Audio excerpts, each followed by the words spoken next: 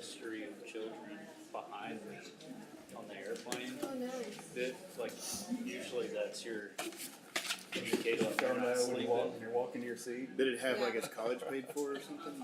Exactly, and he had a few trust funds. Yeah, trust fund baby. That's the best baby. Speaking of the airlines, it's getting kind of dangerous. I mean, people are attacking each other and knocking stewardesses in the head. It's ridiculous. On airplanes? Oh, United yeah. had it's on the internet. They want to get out of hand It's and insane. hospitalize the flight attendant. Good What? grief, man. Oh my gosh. Tell you what, they'll throw you off of there so fast.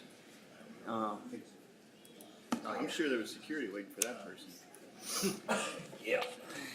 I mean, they'll take you into custody for just talking back. True. If you get physical, it's over. That's why I always say they're really expensive high heel, something like that. Oh, right. You're hilarious. Hold up, though. Yeah, that's a good point. It's like a tag hammer. It works. And those Italian ones are homemade, though. Yes, they are. Like you can bang a pretty good size nail into a wall with it. Yeah. I've never thought Spoken about from it. experience. Justifies the cost. Huh? I think I want to walk out to the workshop and dig for a hammer. John, be realistic. Why do you need a hammer in the first place? Sometimes I just want to bang a hole in the wall. It's a green. Well, I always behaved myself because I didn't want any repercussions from my company. They find out you've been thrown off the plane, Oh, yeah. you're gone, That's pal. everywhere.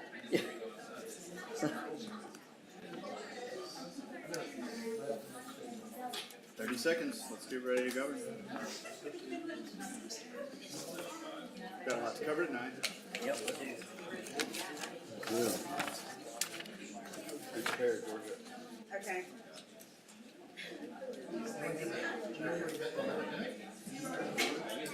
I left Kelly with a guy that brought in a bunch of suits, and she just checked him out in Oh, wow. bless her Send heart. it Tony out. I'll have to give her something to clean late for that. Tony made it? Yeah. I'll now call to order this meeting for the City of Whitehouse Council for this evening, Monday, November the 14th, 2022. It is 6 p.m.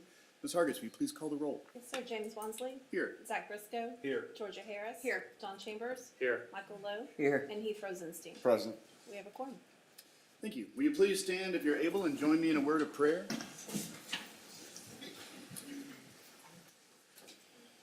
Dear Heavenly Father, we gather here today as members of a community that we hold dear. We ask for your wisdom as we reflect on the history of our city, for patience and insight as we consider the matters at hand, and for courage and stewardship as we plan for the future of the City of Whitehouse. In your name we pray. Amen. Amen. Please join me in the pledge. I pledge allegiance to the flag of the United States of America and to the republic for which it stands, one nation, under God, indivisible, with liberty and justice for all. And the Texas flag? Honor the Texas flag.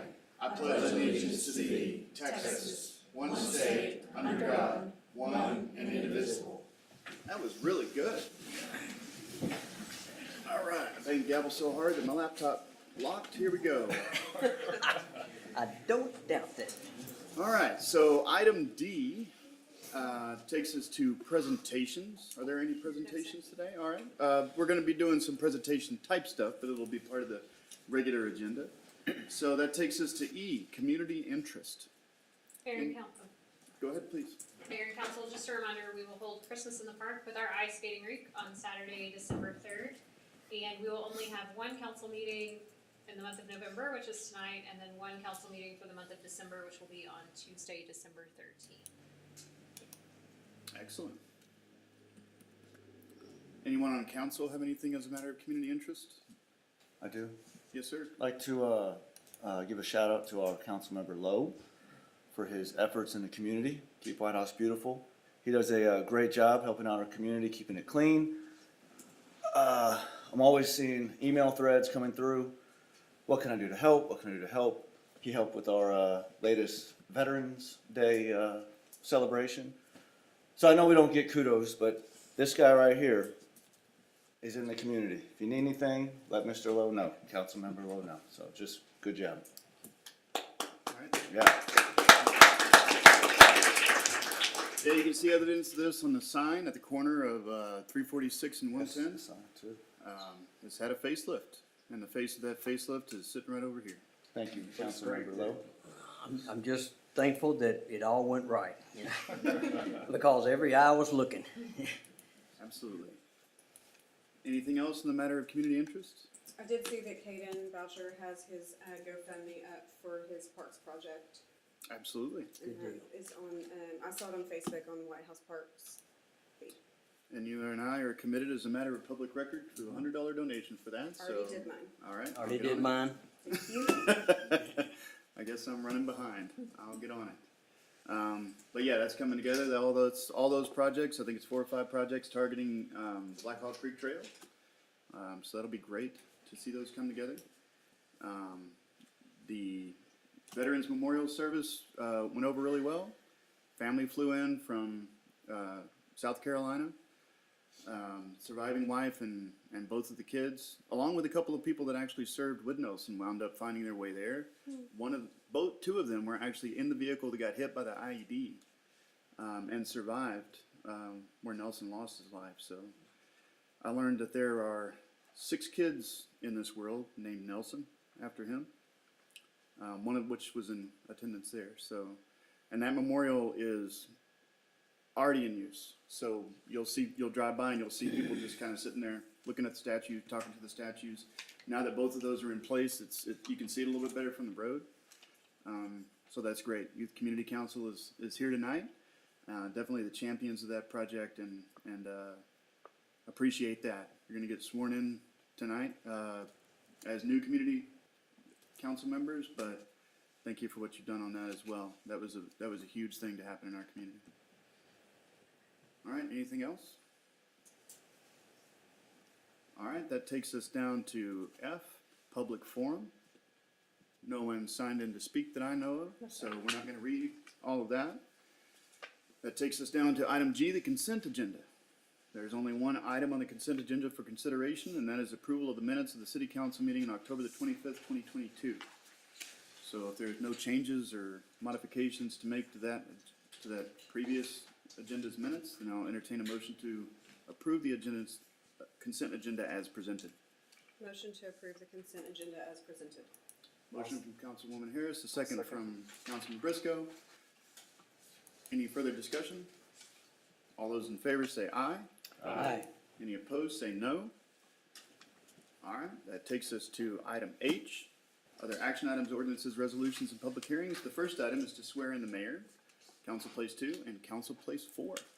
Will those council places please join Ms. Hargis down the front where we will be sworn in. We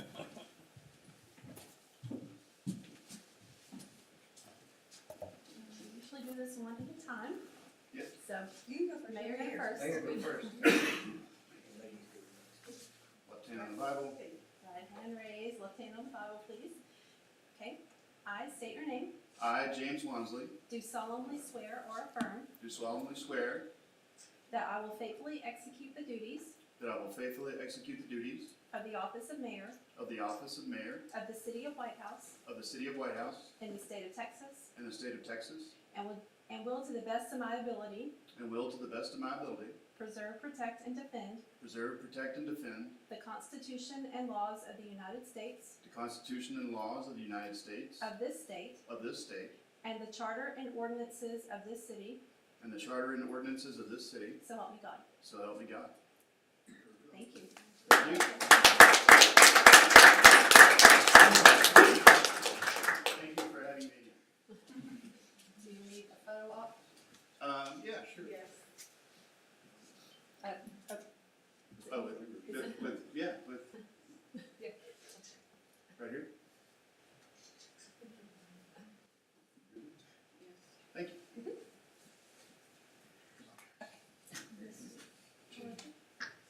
All right. I solemnly swear or affirm do solemnly swear or affirm that I will faithfully execute the duties that I will faithfully execute the duties of the office of City Council Place 2 of the office of City Council Place 2 of the City of Whitehouse of the City of Whitehouse in the state of Texas, in the state of Texas, and will to the best of my ability and will to the best of my ability preserve, protect, and defend preserve, protect, and defend the Constitution and laws of the United States, the Constitution and laws of the United States, of this state, of this state, and the charter and ordinances of this city, and the charter and ordinances of this city. so help me God. So help me God. Congratulations. There's two papers. Yes, ma'am. And we'll do a photo op for as well. Just that one. And that one as well. Sorry. Sorry. All right.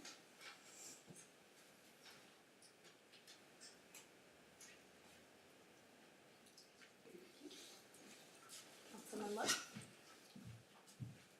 All right. Left hand raised on the left hand on the Bible, right hand raised. I state your name. I, Michael Lowe, Do solemnly swear or affirm do solemnly swear or affirm that I will faithfully execute the duties that I will faithfully execute the duties of the office of City Council Place of the 4 office of City Council Place 4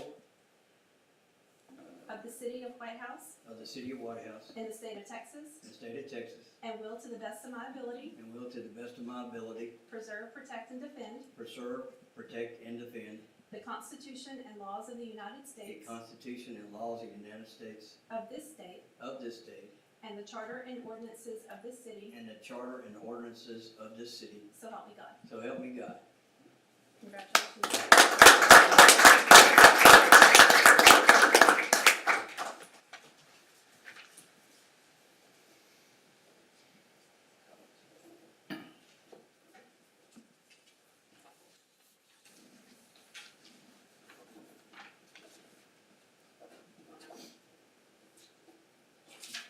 Thanks, sir. All right.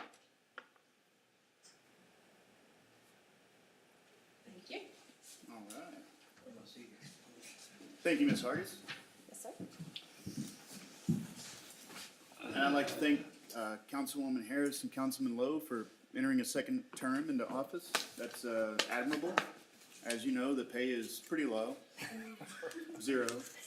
And it is work, and it is community involvement. I know both of you are passionate about that already, but there is actually pretty hard work to do and hard decisions to make. So thank you for lending us your time and talent. All right, that takes us to item number H2, swear in the 2022 White House Youth Community Council. I want to run through the list of names right quick before you guys come up, just as kind of a way to play roll call. Actually, if you want to come up to the front of the room as I call your name, this will be alphabetical, and I'll do my best. I'm seeing some of your names for the first time, some of you newer members. Peter Beam, come on up. Not here? Jonathan Bush, I saw Jonathan, come on up. Christopher, it says Carly, but is it Carlisle? Carlisle, okay. We'll get that fixed. Emma Cheatham? Okay. Sophie Christopher? Johan Conklin? Marcy Johnson? Ryder Kelly? Did I get that right? Is it Marcy? Macy. Macy. Oh, that's what it says. Macy Johnson. I'm sorry, Macy. Ryder Kelly. Breland Lindsay. Jojo Owens. Victoria Morelos Rangel. I would say let's start another line, or we can start over here, that'd be great. Holden Schneider.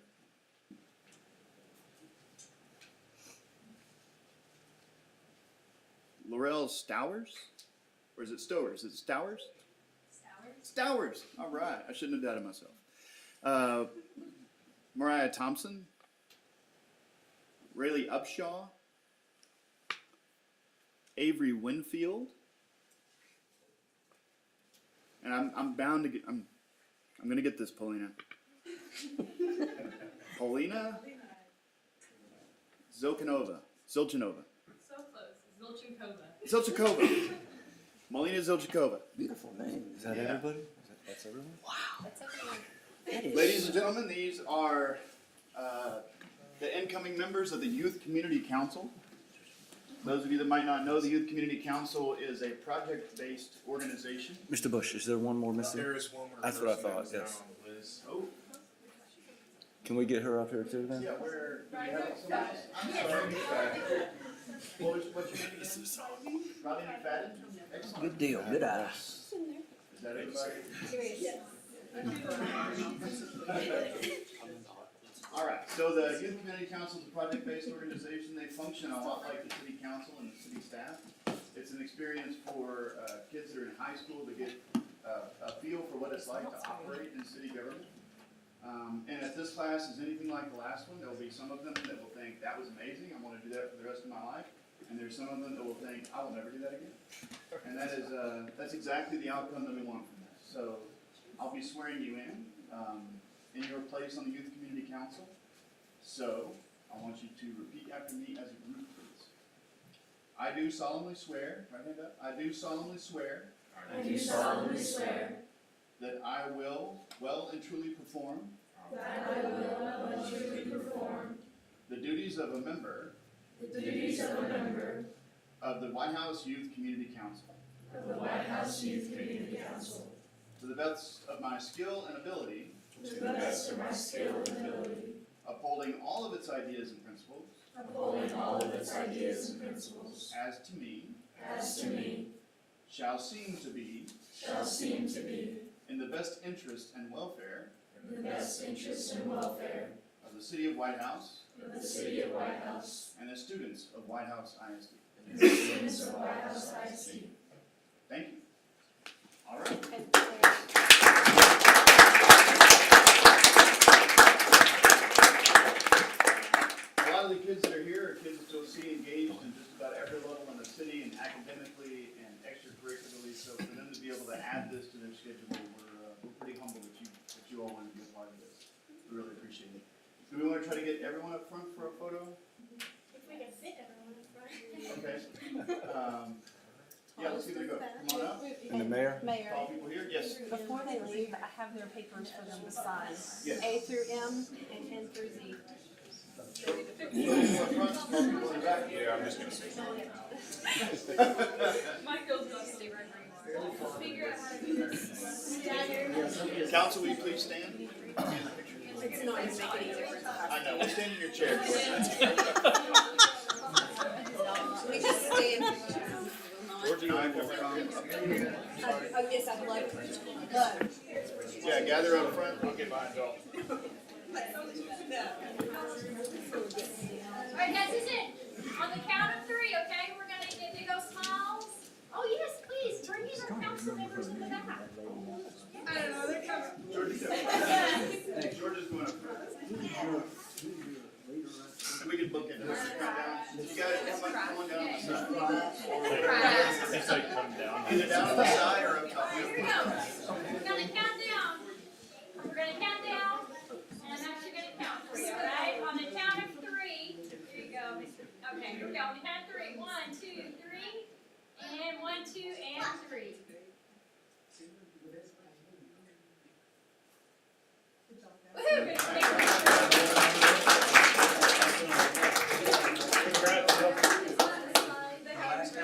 Especially when we get it done. That's what it's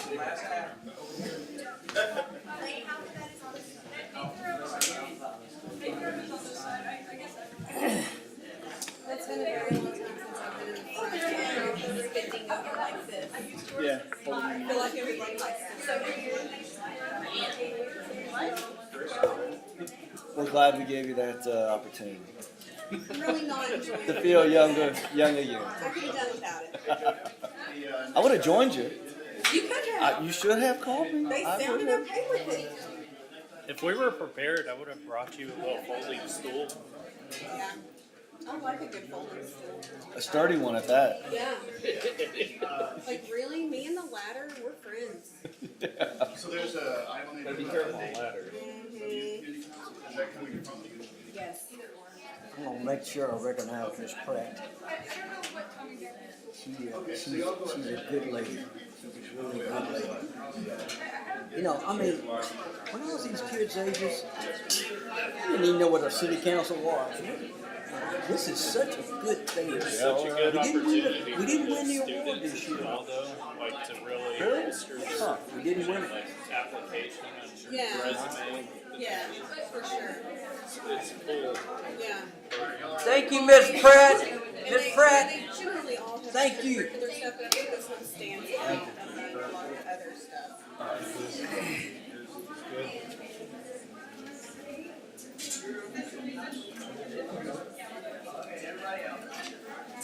Oh, thank you. Don't leave. Shoot, they got homework to do. They got homework. Gotta go to a Um, school board meeting. School board tonight, yeah. Yeah, they're pretty much getting paraded in front of the school board too. Nice. I had it down on my calendar. I was gonna speak. It's really good to see young people involved. Just across You the just board. nailed it. Isn't it great? I didn't even know how to spell mayor. You know, I mean, you know, Where'd we're you just, go to school? Mississippi. Okay. I just spell it No W-A-N-S-L-E-Y. That's all. Wands. Eh, You learn how to spell Mississippi. That's a hard one, man. When you're in school. Not if you can sing the little tune. Oh, M-I-S-S-I-S-S-I-P-P-I. M-I. M-I, All right. crooked letter, crooked letter. All right. Thank you for indulging us in that process. Okay. We're going to come back to the agenda. We're on item H3. Actually, we'll wait till Ms. Hargis. I didn't realize she had been Sorry, I went to stolen. find Miss Pratt, but I guess she's already gone.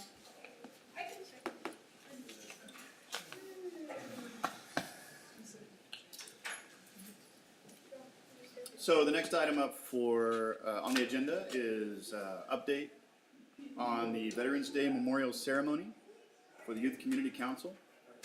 I see Miss Owens is still here. Miss Owens, would you please come up to the pedestal and state your name and address for the record, and then let us know what you got. I'm JoJo Owens. My address is 307 Robinwood Drive. Thank Do you. you want to speak to this? Take it away. It picks it up without you having You to. don't have to leave. But, yeah. Okay. So for our veterans ceremony, we held that on Saturday. It went really well. There were I counted almost 100 people. It was a blast, I think. It was. The community really enjoyed it. As a whole, that ceremony was celebrating the accomplishment of our second stage to the memorial. Our first stage was getting the brick, or rather the concrete pedestal, and the soldier's cross, and now we have the kneeling soldier. And in addition to that, it doesn't really go along with a specific stage, but we have a sidewalk leading up to it. Our next stage is to get that ring. We haven't decided. We're gonna look over it because we've had previous plans. But for that concrete ring, we'll either do a perimeter and then fill it with bricks and whatever needs to go between the bricks, or do those bricks on the perimeter. But we'll look at that in the spring. And if we do the bricks in the perimeter, or either way, I think we can do it as we go. If there are more bricks that need to be created. But the memorial, it went great, I think. Yes. For YCC, our future plans, we're gonna look at some more minor projects for the spring. We're gonna, I think, conference for that in December or February. And is there anything else I want to know? Sorry. Just a super job. The detail on this statue was unbelievable. I mean, I've seen many, and this was incredible. You know, it really was. Well done job. I didn't make the statue, but it's whoever did. It's very good. Hey. Absolutely. It was a great effort. Yes. Yeah, just keep staying plugged in the community. Appreciate everything that you do. Just a little bit, lot, doesn't matter, just every little bit helps. So thank you.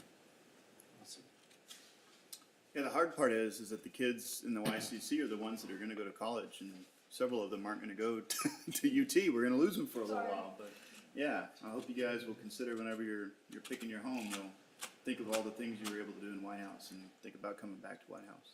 I think y'all are having Government Day this spring. Yeah, we can have, I mean, honestly, we do meetings on Thursdays as needed in Mr. Brown's room, and whenever y'all wanna come up, we can arrange that in the spring or whenever, just more at y'all's convenience, and y'all can let us know, because we can probably do any Thursday.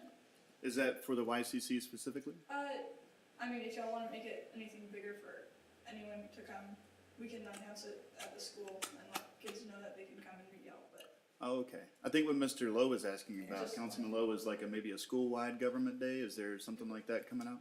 You wanna do that? Oh, we'd love it. Oh, we might be able to see about. Have the fire chief, police chief, public works director, city manager, city secretary.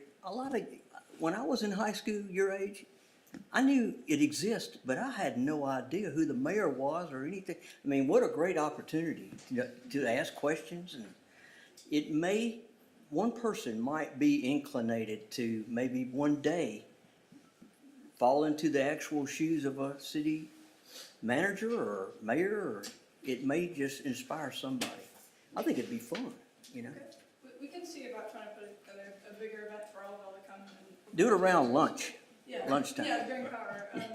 We could try doing it in electron or something, that would be great. Yeah. But I guess y'all just get with me, or Ms. Pryor or something, and let us know when y'all would be able to do it, we could try to do it Thursday. It's just a thought. Yeah. you know? Yeah, I if think that's it'd be something fun. that the Youth Community Council wants to get behind. We're I think that's a good idea. on board. Some of our other projects that we've talked about are like water fountains, which we would probably go to the school board about to get funding, because they have a lot of money. And we wanna kinda get better water fountains. And also, we were thinking about doing a kind of art fair in the spring at the Whitehouse Park. Oh, excellent. Good. Talk to me about the water fountains.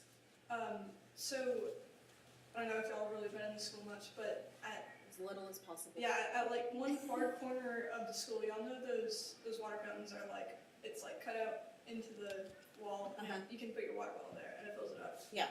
Currently, we have one of those that's like way in the corner by the drill team hall. Mhm. The rest of our fountains, we have like 4 or 5 or something. They're just those old crusty metal ones, Yeah, and no one wants to use them because like people lick them. they don't always get high enough to get into your hydro flask. That's it, yeah. I got you. So we think that kids would be a lot more interested in staying hydrated if they could just, you know, that, I I think, also have the recycles set. yeah, the recycling, I think it's tastier usually, it's kind of better filtered, and I think kids will want to use them more. It's less germy. Yes. I'm glad you asked. I was picturing water features outside. I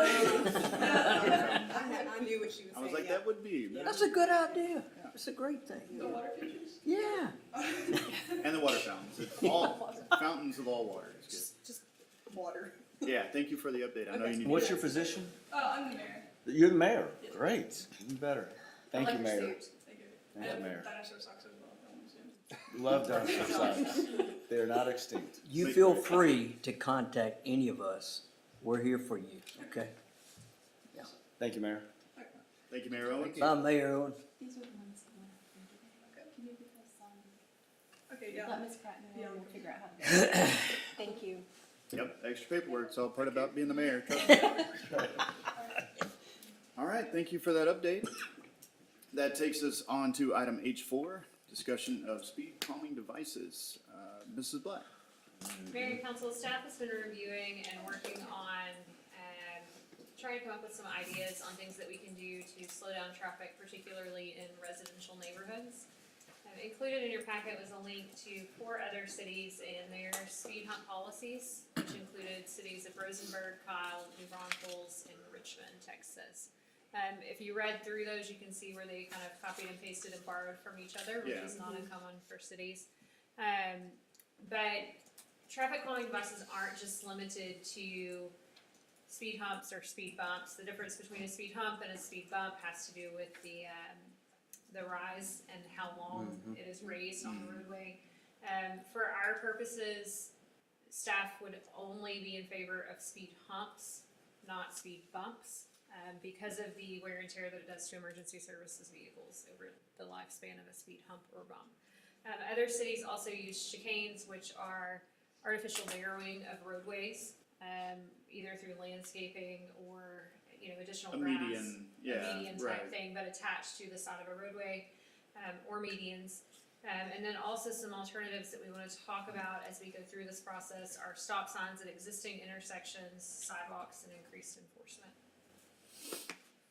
A couple of considerations as we talk about speed hump policies. They're effective in safely reducing speeds, but there are significant factors that we should consider, including neighborhood support, roadway conditions, costs and priorities, design standards, and any unintended consequences that may come about through these policies. In looking at the examples from other cities, most of them, I think all of them, required a petition of 2/3 of property owners abutting the roadway where the humps are to be installed, and a letter of support from the neighborhood association endorsing the installation if applicable. We realize that a lot of our neighborhoods in Whitehouse don't have homeowners associations, so this would only apply to those that do. Did they go into detail about how far away from the speed hump the property owners that are abutting the roadway would have to be?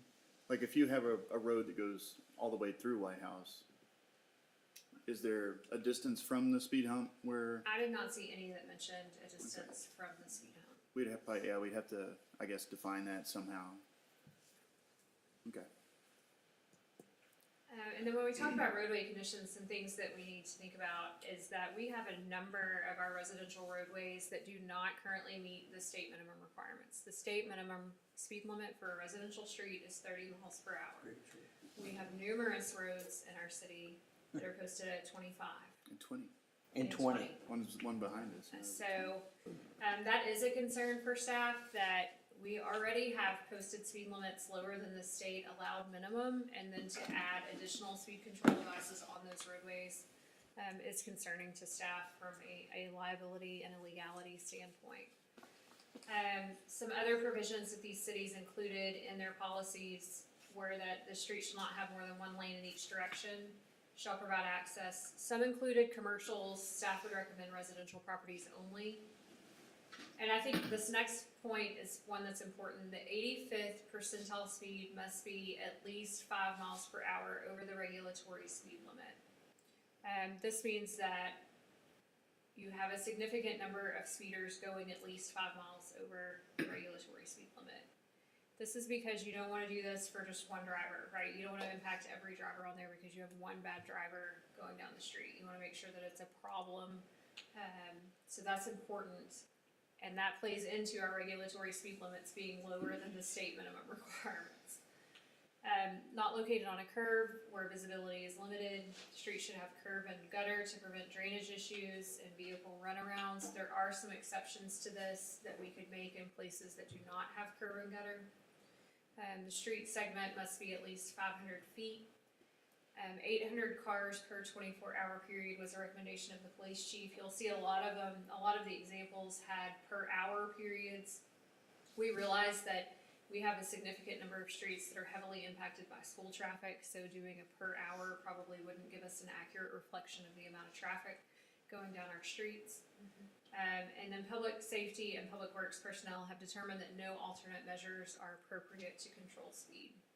I think this one is particularly important because those that are going to slow down and that speed bumps are actually going to make a difference for are probably already driving the speed limit anyway.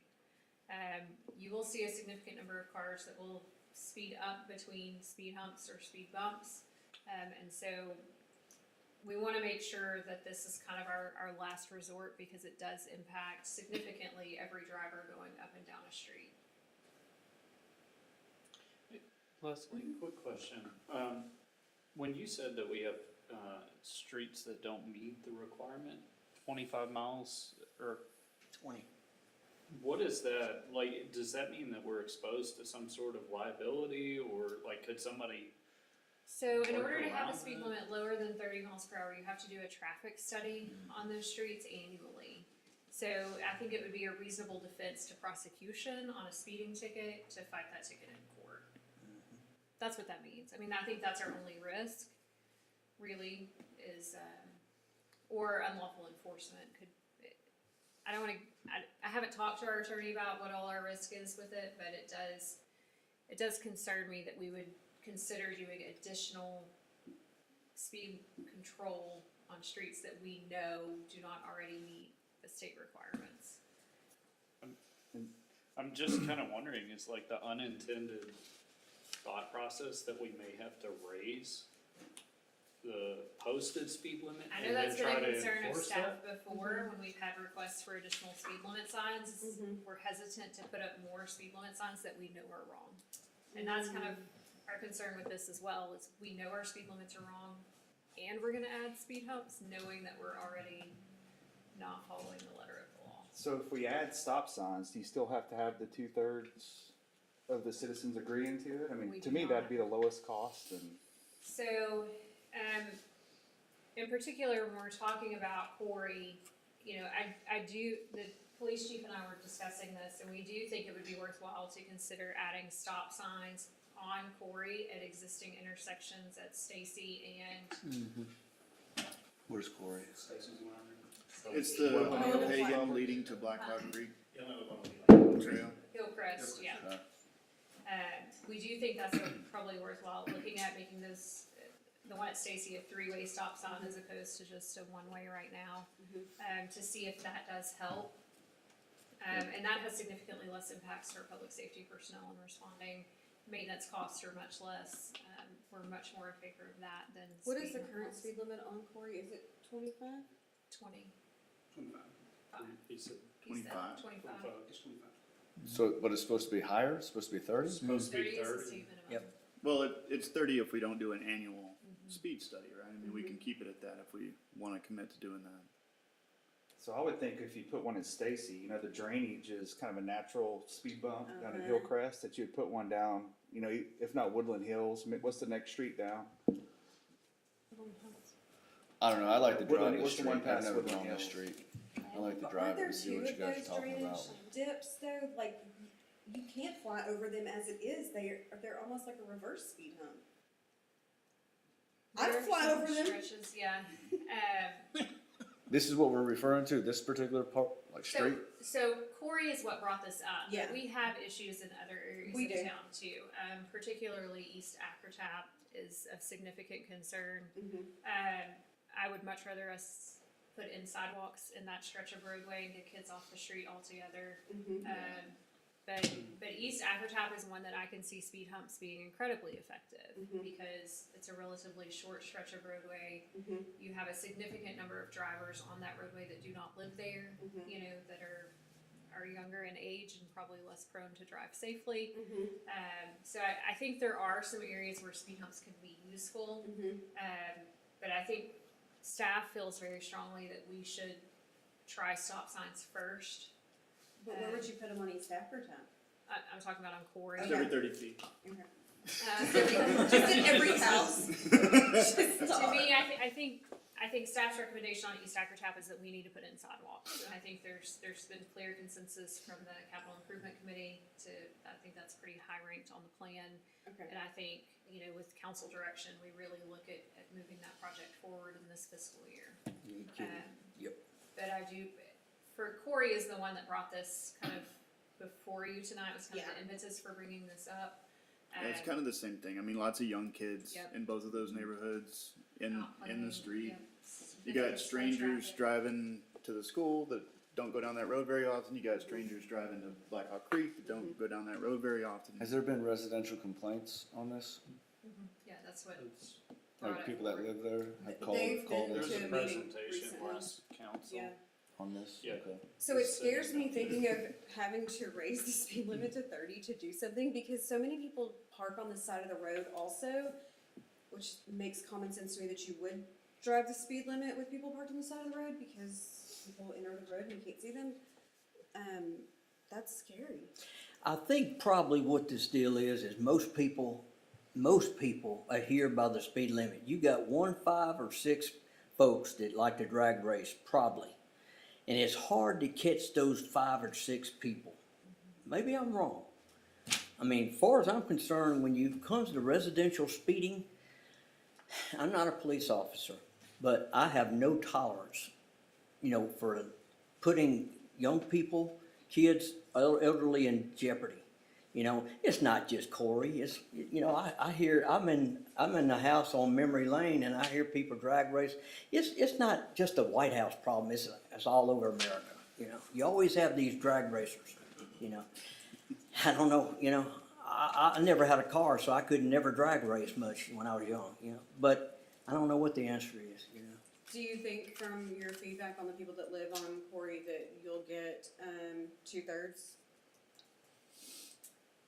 We don't need that for stop signs, you're saying? Yeah, for stop signs, it's not required. For speed humps, if we were to adopt a policy based on the examples that we have, then yes, 2/3 would be required, and I don't know. I do know we put the radar trailer out on Friday and got a complaint on Friday about the radar trailer even being over there. So, Why? Cause it's human nature, it's just the way things. Because it was just there? And, you know, the government's watching me or whatever, who knows Yeah. what it is, but Is there a large cost involved in humps? Yeah, I mean, there is a cost. I'm trying to remember, Jason, I think we priced him out. Do we remember? On the cost of it? Yeah, No, but I mean, it factors in installation, upkeep. yeah, I think just to buy the humps themselves were somewhere around $1,800. Plus you've gotta put caution signs before you get to the hump. So, yeah, so we have a couple of more things, to get to. so this would be the roadways conditions before we would entertain adding, traffic calming devices. Yes. It's not talking about the conditions that would be required once the device was put into place. So even if you went the stop sign route, this is, This is speed humps only. This Okay. is not sorry. stop Stop signs, signs. We can go out and put up and enforce without much, because those intersections are existing. Mhm. I think we've heard from the citizens that there's a need. I think we can justify stop signs a little bit easier. Okay. My concern with, the reason why there's so much more involved with speed humps is because once we put them in one neighborhood, we will have requests to put them in all over. So we need to come prepared with a policy of here's what it takes, here's why, here are our concerns, and here's Got what it. it needs to be. The only thing I don't like on this list is the 85th percentile. Like if 83% of people were going 15 miles over the speed limit, I'd be like, it seems a little high. So that's, I mean, moving that a little bit is the only feedback I have. And that 85th percentile is the same percentile that TxDOT uses in all of their things. That's To just put kind of in the speed industry speed standard. bumps? Well, to put in, not speed humps, but that's what they use for all of their speed studies, is based on the 85th percentile. That's to determine if the speed limit needs to be raised. Yes, yeah. Can I say that the way that works is we rank the lowest speed to the highest speed. And the 85th percentile speed is what that's saying. It's not based on some random. 85. It's the percent of it's the drivers. 85th of, if 100 people come through, it's the 85th speed. Oh, okay, I If see. 200 came through, it'd be the 170th. So this doesn't require 85 people to be speeding. Okay, It's good. 85. I was reading that way. I was like, that seems kind of high. No. It's like, 85% of drivers. no, are those speeding. 16 didn't speed, so we can't do it now. Okay, I understand that a little bit better now. Me in mode. Can I say one more thing? Yes, sir. As far as radar enforcement, I think the city's doing a great job on 110, 346, but again, what I'm just hoping, this is just a hope, and that they're also doing residential radar enforcement. Memory Lane, Corey, whatever, you know, again, is officer's discretion, I'm sure, but I just hope they are, you know, cause again, we don't want a kid hurt, you know, and it would tear me up, you know, and I'm sure it'd tear everybody up, but, you know, I just don't have any feelings for anybody going 45 and a 20, you know. I will say I don't that- care if they're my neighbors or not, I love my neighbors, but they're still, you know, can injure a kid or an elderly person. We don't have sidewalks in this town much. Maybe one day we'll get them, you know, so, you know, it takes time. So Leslie, how fast are we talking? Like when these people are going through, right, it's posted speed of 25.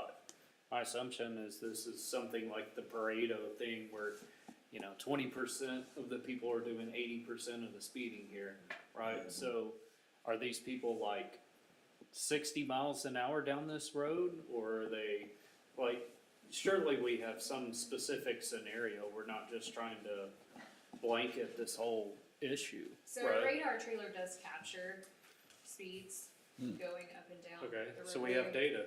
Chief, do you wanna come up and talk? We have a device that we place out that's very inconspicuous to help Sure. capture data. Looks like a garden gnome, Right, right? because if the radar trailer's capturing, it means people are We're hopefully not gonna slowing use down. that. It's not accurate. Yeah. So we ran into a little bit of an issue with it, and we had to send it in because of some computer issue with it. So they're getting it fixed. So as soon as I get that back, I can explain more about it. Everything I'd have to recall is just recall from about a year ago. Okay. And I wanna say the 85th percentile is around 35 to 40. You know, that's just giving you one picture, one piece of the whole picture. Okay. So, I mean, if, once I get that data in, I can present you the data. It's just gonna take a couple weeks. We were hoping to have it back before, and Right. data back before tonight's meeting. But Yeah. see, based on the averages that we have here, right, like, so if the posted should be 30, and it's actually 20, and that's a 5 mile over that number, right, to have these control devices, we're walking a fine line Yeah. on whether or not that's even reasonable. Like, just looking at the data we have, and so, I'm kind of, What are the like, putting residents in wanting? humps or bumps when we're already kind of walking that line, I don't, Well, the posted speed limit is what it is. People are going above that. but we're not according to the state minimum. I know, but people don't know what the state minimum is. They're disobeying the posted speed limit by definitely that percentage. And just so I'm clear, stop signs are completely at our discretion. Yes. So Right. To me, that makes the most sense. Agreed, I'm just saying the justification, right, has to be based on. Agreed, yeah. But what about the residents? What do they want? Yeah. Do they want speed bumps, stop signs? What do they want? More police officers out there? What do they say when they did their presentation? Are we hitting what they're wanting? What I gathered from the presentations, they just want people slowed down. Yeah. There's a lot of traffic that goes through there, and there is people that push those limits, for sure. I cut through there. So they don't really care how we do it. They just want people to slow down. That was my understanding. I'm sure there's limits, yeah. But yeah, they want a reasonable approach to controlling the speed. Speeding is kind of like you win and you lose, you win and you lose. And you never will make everybody happy. If they're running a stop sign, they're running a stop sign. Amen, I agree. They have to stop and get the speed. You're right. That's a lot more expensive ticket. Exactly. Yeah, so there you go. I agree. So Okay. stop signs would be Leslie, the sorry. least, No, that's would be okay. the quickest fix. Stop signs. They could go up fairly quick, I think it'd To be see a if good that would first maybe- start. I think it'd be a good start. which it could. Okay. But we would need resident feedback as well on, if that's slowed it down. LED blinking stop sign. Okay, sorry. No, that's okay. So let's get through the rest of the Okay. presentation. So we're gonna continue to talk about this policy just in case you guys wanna do it further. We've done a lot of work on researching this and trying to bring you the best information possible. There we go. So some of those cities also look at cost sharing with the neighborhood, because I think their approach was probably, if I don't live in your neighborhood, why should I as a taxpayer be paying for speed humps in an individual neighborhood? And so they do cost sharing based, and some of them base it on their priorities, either accident history, speed, daily traffic volume, school proximity in particular, special pedestrian considerations, and the absence of sidewalks. All of those we've already talked about, and are aware that we have numerous streets and neighborhoods that would meet all of those criteria. Other cities just do 100% funding based on whatever amount they budget for the year. So if they say we're gonna budget $5,000 or $10,000 for the year, we'll prioritize them, we'll either take them in the order received, or we will prioritize them based on their proximity to these things. And so they do it a number of different ways. These are just some examples of the design standards for when a speed hump is installed that we pulled out of those examples. I won't go through all of them, but it does have some limitations. So for example, if you're a homeowner and a speed hump was to be placed in front of your home, it could mean no on-street parking for you, because we would not allow on-street parking within 50 feet of that speed hump to make sure that we had maximum visibility for the traffic going over those speed humps. So there are some considerations that would need to be discussed and thought of if we were gonna move forward with speed humps. Proximities to fire hydrants, Do they subsurface paint utilities. those boundaries? So if there's a speed hump, there's a painted boundary, no parking type boundary? And signs, I believe, so, Right. speed hump ahead, and so anything in between that would not be allowed for parking. And then there are also some unintended consequences, in particular when we're talking about Quarry. If we were to put speed humps on Quarry, we feel like that would create significant traffic diversion to Peggy. And the intersection at Peggy and Hagen, staff feels pretty strongly is a more dangerous intersection because of the lack of visibility on that hill on Hagen. So there would be some other considerations that we would need to think through and talk about if we were to put speed humps on Quarry in particular. And then again, impacts to public safety you've heard us talk about. So that's what we have on speed humps. So there's no motion required coming out of this though, correct? There's not. I think we wanted to have the discussion. We wanted to hear all of your feedback, kind of give it from a staff's perspective. Again, I think there are places where speed humps could work and be effective, but I'm hesitant to present to you a speed hump policy that would kind of negate that. I think there are some other things we can do, like stop signs, and see if those work, and if not, then I think we come back and really look hard at speed humps for sidewalk installations. I'm not in sure I some would say areas. consensus, but I felt like we were all kind of nodding our heads to the stop sign, so I don't know if there needs to be some direction, but Mayor, I would ask, I know we have one resident in particular in the audience that's particularly concerned about this issue, so I'd like to hear, I think it would be helpful to hear from him. Oh, There was- absolutely. There was some Yeah. question about their. Mr. Jennings, would you like to come up and speak to council, please?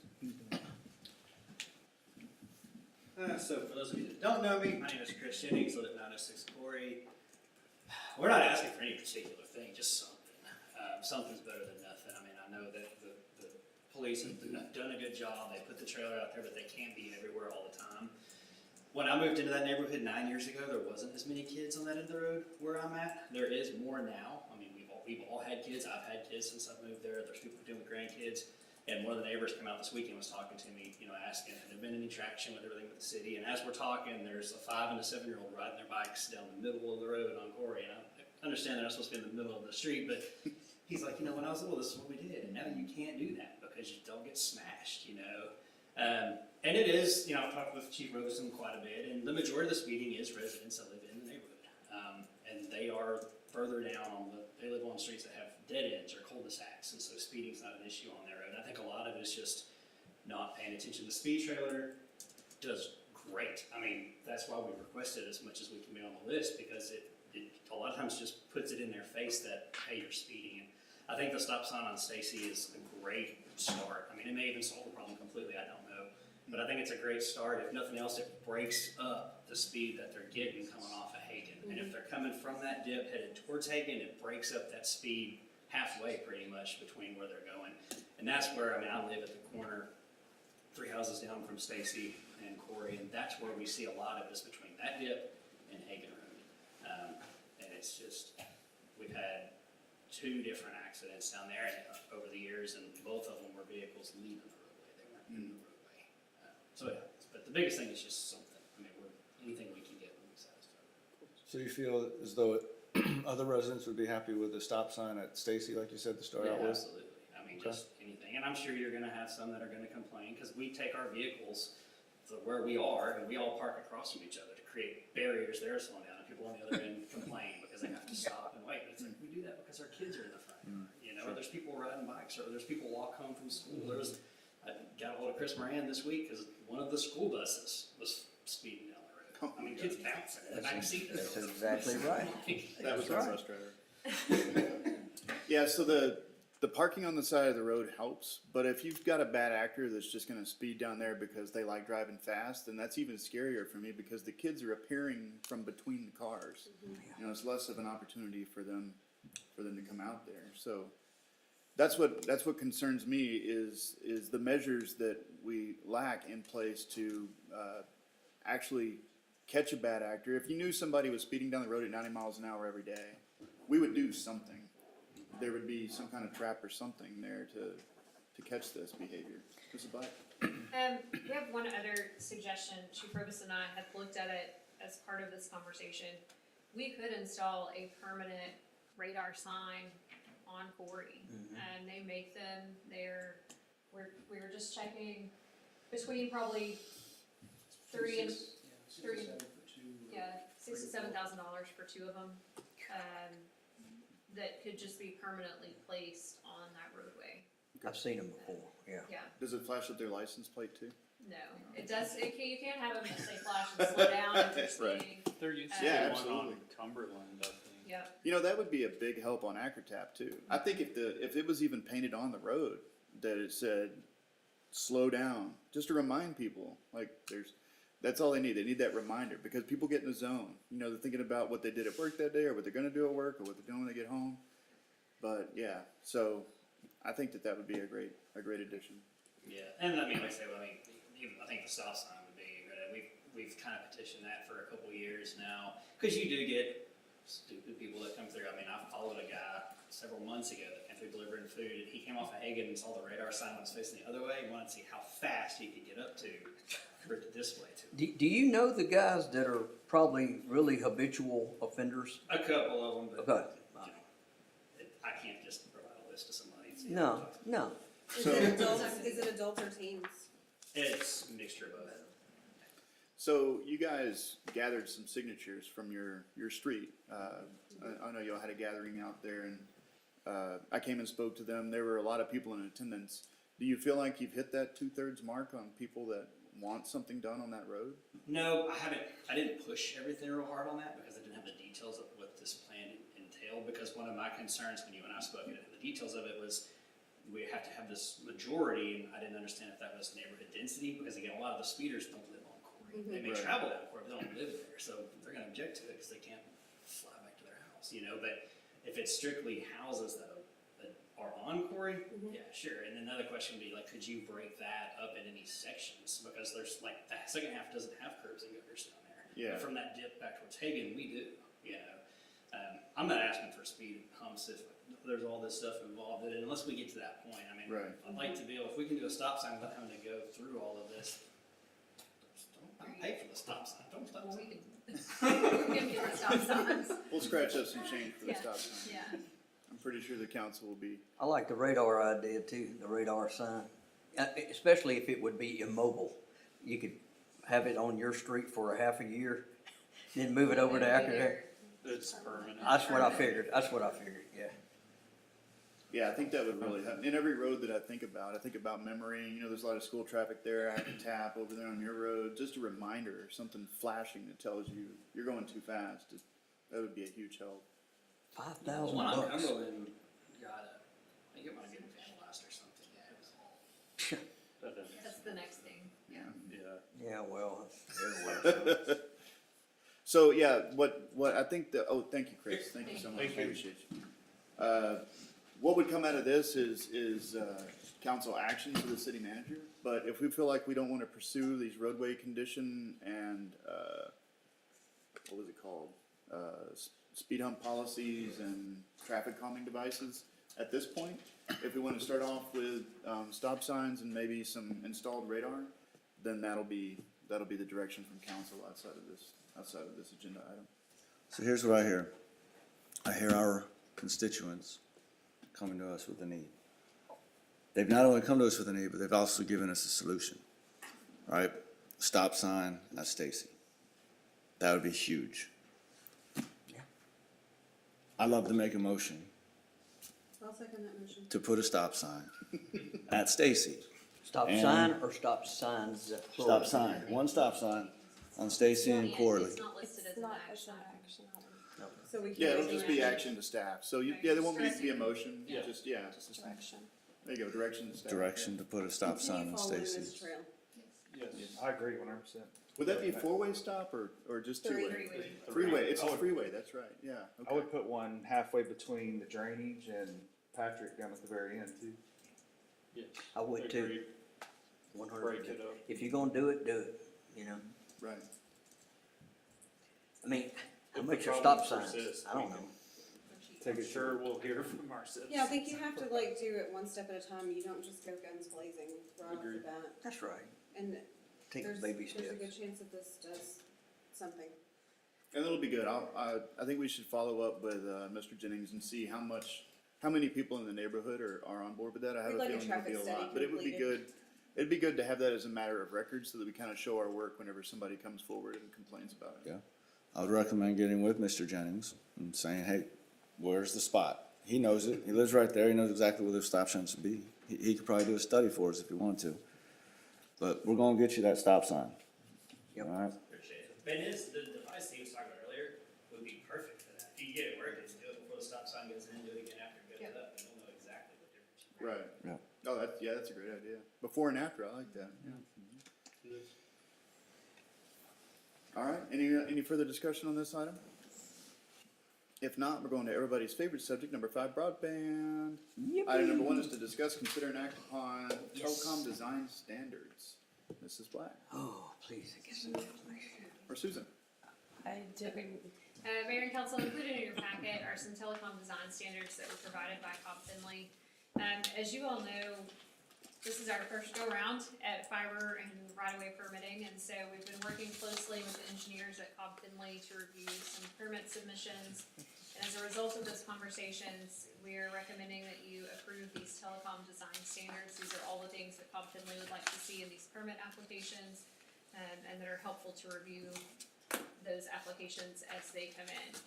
The ones that we have been reviewing from Science/Frontier and the ones that we plan to review from Optimum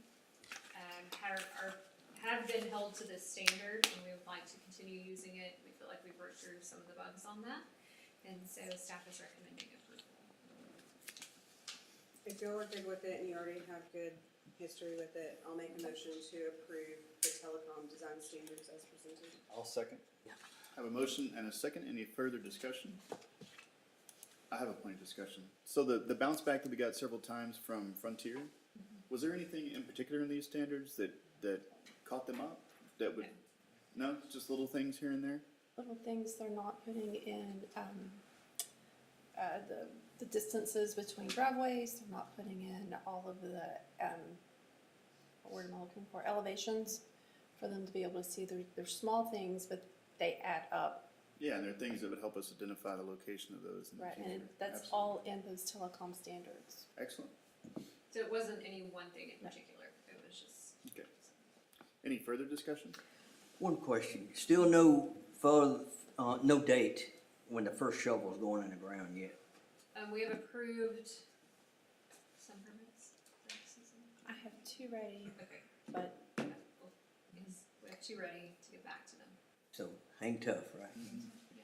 We're just excited. I know. All right, any further discussion? All those in favor say aye. Aye. Any opposed, say no. All right, with that, the motion carries.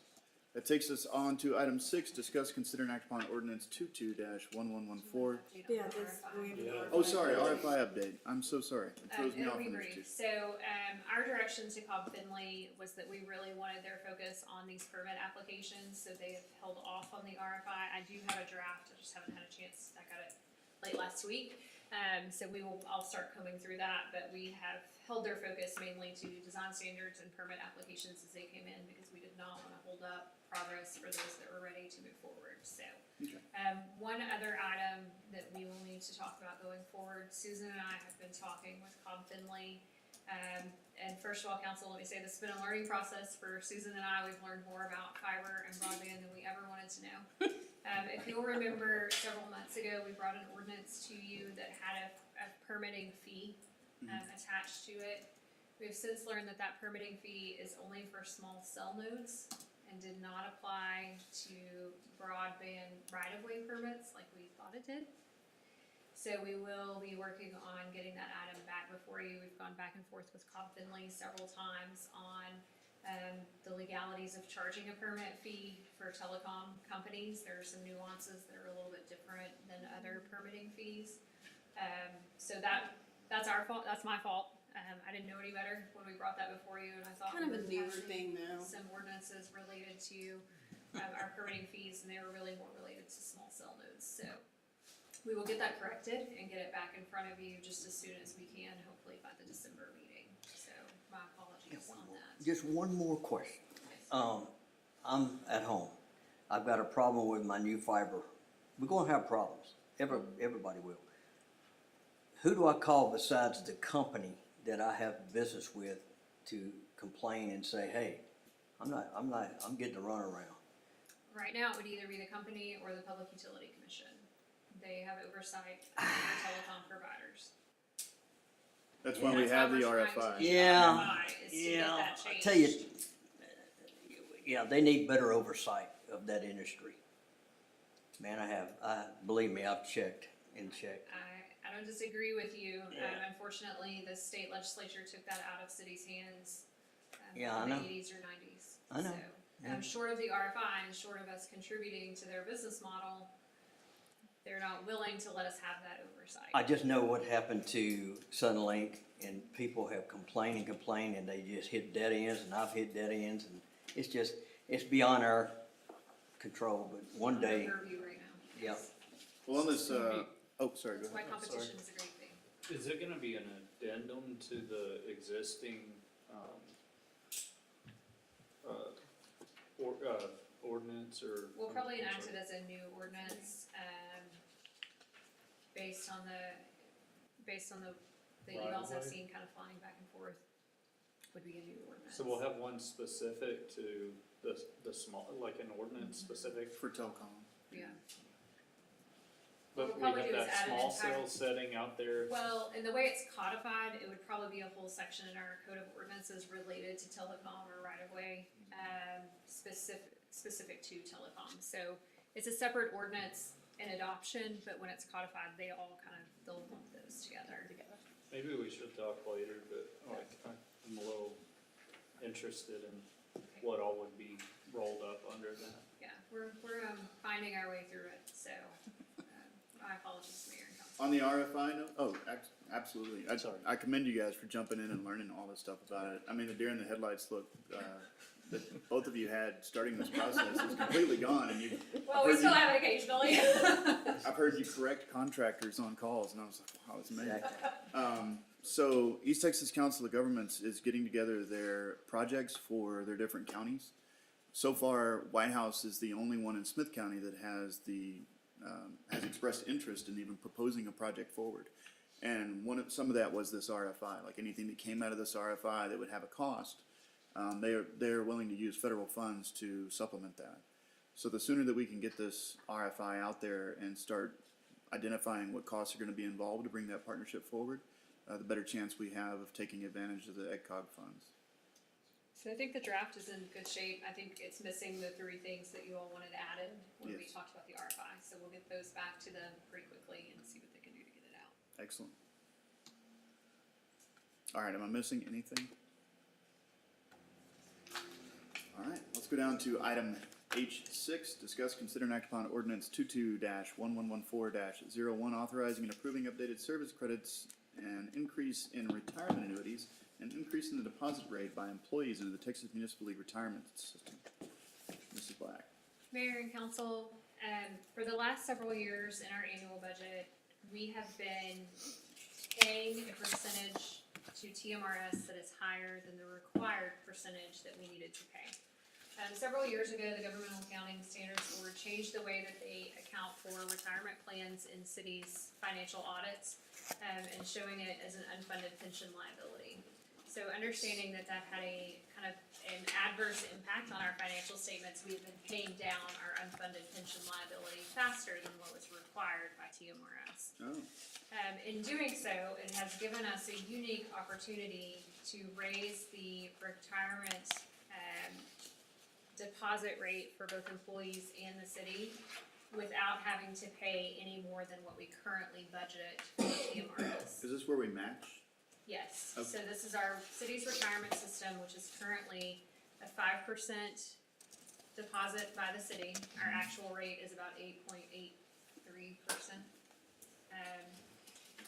And so the employee contributes 5%, and the city matches it 2-1.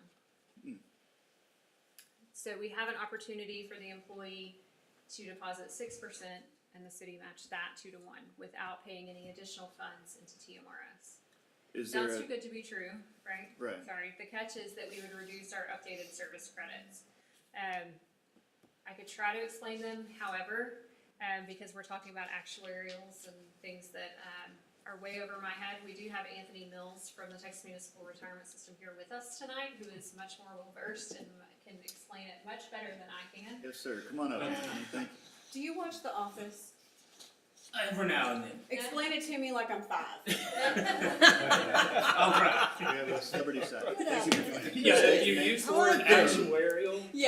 Explain it to me like I'm 5. It's option 3. All right. Thank you very much, Mr. Mayor, members of the council. I'm Anthony Mills, Director of City Services at the Texas Municipal Retirement System. And Leslie, I think, did a great job explaining to you what it is that staff is recommending to the council to consider in improving your retirement plan. Let me just point out to you first that the way that TMRS is built, and we've been built this way since we started in 1948. And, you know, the town of Whitehouse has been in TMRS for 50 years. As a matter of fact, this is your 50th anniversary in TMRS this very month. How about that?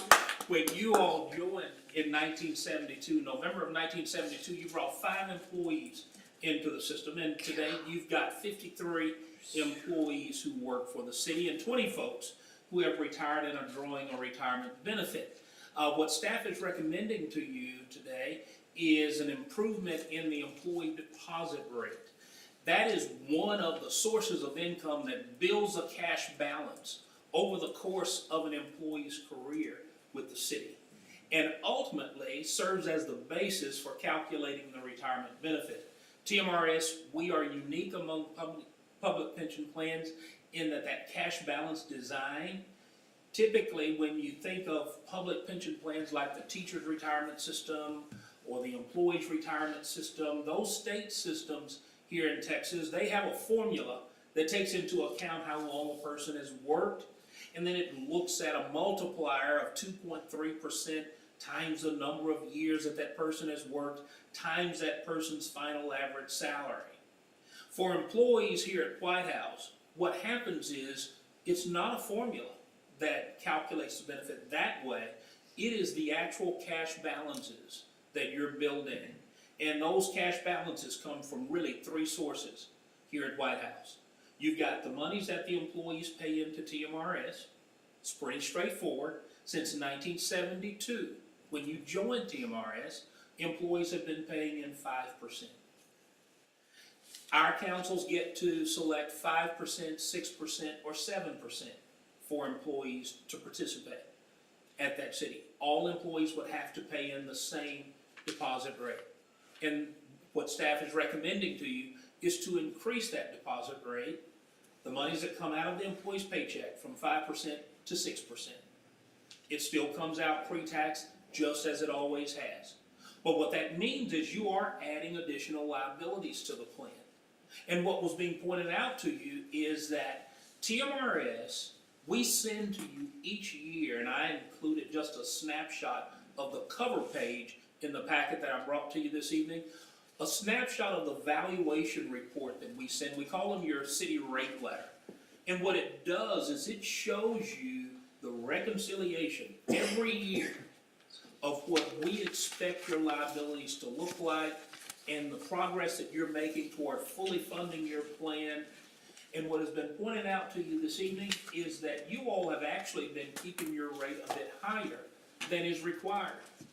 You're still making the appropriate progress, even if you pay less, but because you've been paying more, I think you're at this intersection where to do a serious consideration to improving the plan, what staff is recommending to you today is to change one of those sources of income, that is the employee deposit rate. The city in 2017 improved your matching ratio from 1.5 to 1 to 2 to 1. That's in place. Our cities can elect to have a 1-to-1 match, a 1.5 to 1 match, or a 2 to 1 match. That's the second source of income. And then that third source of income, and the one that we were a bit reluctant to go too far into, is the updated service credit.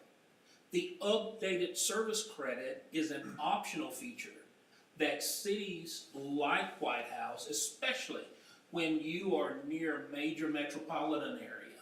And I grew up in Marshall, so it's something for me to come back to East Texas and say that Tyler is considered a metropolitan area in TMRS. It's a major city.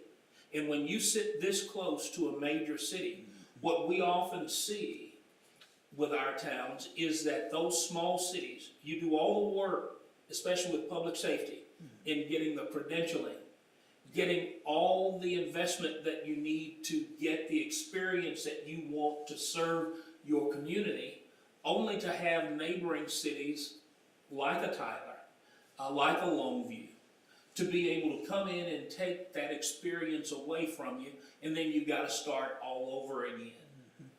That package, the retirement package, is not an anecdote for me to tell you that cities who see employees in mid-career, they are going to look at that. And this is one of the items I think that your town has considered. You've been very deliberate in the approach that you've taken.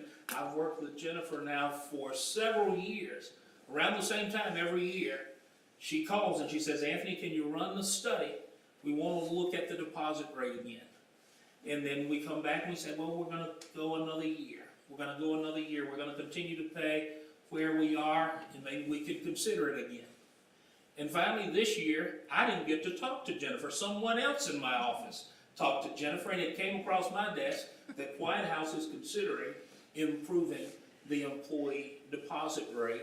I said, is that true? Is it actually going to happen? That's the source of income that would improve one of the major cash credits that we use to calculate that retirement benefit. That updated service credit, though, here's what happens when you look at the way that we really calculate your retirement benefit. The updated service credit, optional, is always taking a retroactive look at your workforce. The employees who have worked here at Whitehouse for more than 4 years, every January, updated service credit in this optional benefit looks back and says, well, what if the plan had always been designed the way that it is today in January when that study is done? What if employees had always paid in at the current deposit rate? And if you were to improve your deposit rate, which is a consideration in front of you, what if employees had always had a 6% deposit rate? And what if they had always paid in out of a salary that looks more like their salary today? What would they have contributed? And what would that 2-to-1 match have looked like over those years? And what cash credit would they have on account today? And just for easy math to try and follow the illustration, let's just say that the hypothetical calculation says that there would be $110,000 in a member's account. But when we look at the actual dollars that's in that member's account, it's $100,000. Well, the difference between the two is a $10,000 difference. The updated service credit, our cities can adopt 100% updated service credit, which is what you currently have, 75% updated service credit, or 50% updated service credit. The difference between those two calculations with a 50% updated service credit grants that person, in that example, a $5,000 credit. A 100% updated service credit would have granted that person a $10,000 credit. And that credit sits on the member's account, and it grows with interest over the years. And it is the third cash credit. It's the one that's not so easily understood, but what the takeaway is here is it is the optional feature that can grant an additional credit because it's always tracking over the course of your employee's career here at Whitehouse. It's always tracking to see, has the plan always been as good as it is today? And has your salary made some dramatic improvement over the course of your career? And if that had always been in place, what credit would you be granted? 100% of it, 75% of it, or 50% of it. And you're considering staff's recommendation to reduce that to 50%. I have included in your packet what the impact would be to your financials. Any change in TMRS provisions, plan provisions by the city is going to change your financials. I do believe that what staff has recommended to you is a change that would keep in place pretty much a rate that is very close to what you're already paying. The study called the Comparison of Alternate Benefit Designs shows you the difference between your current plan, and if you were to look at option 3, that is the one that staff is recommending to you.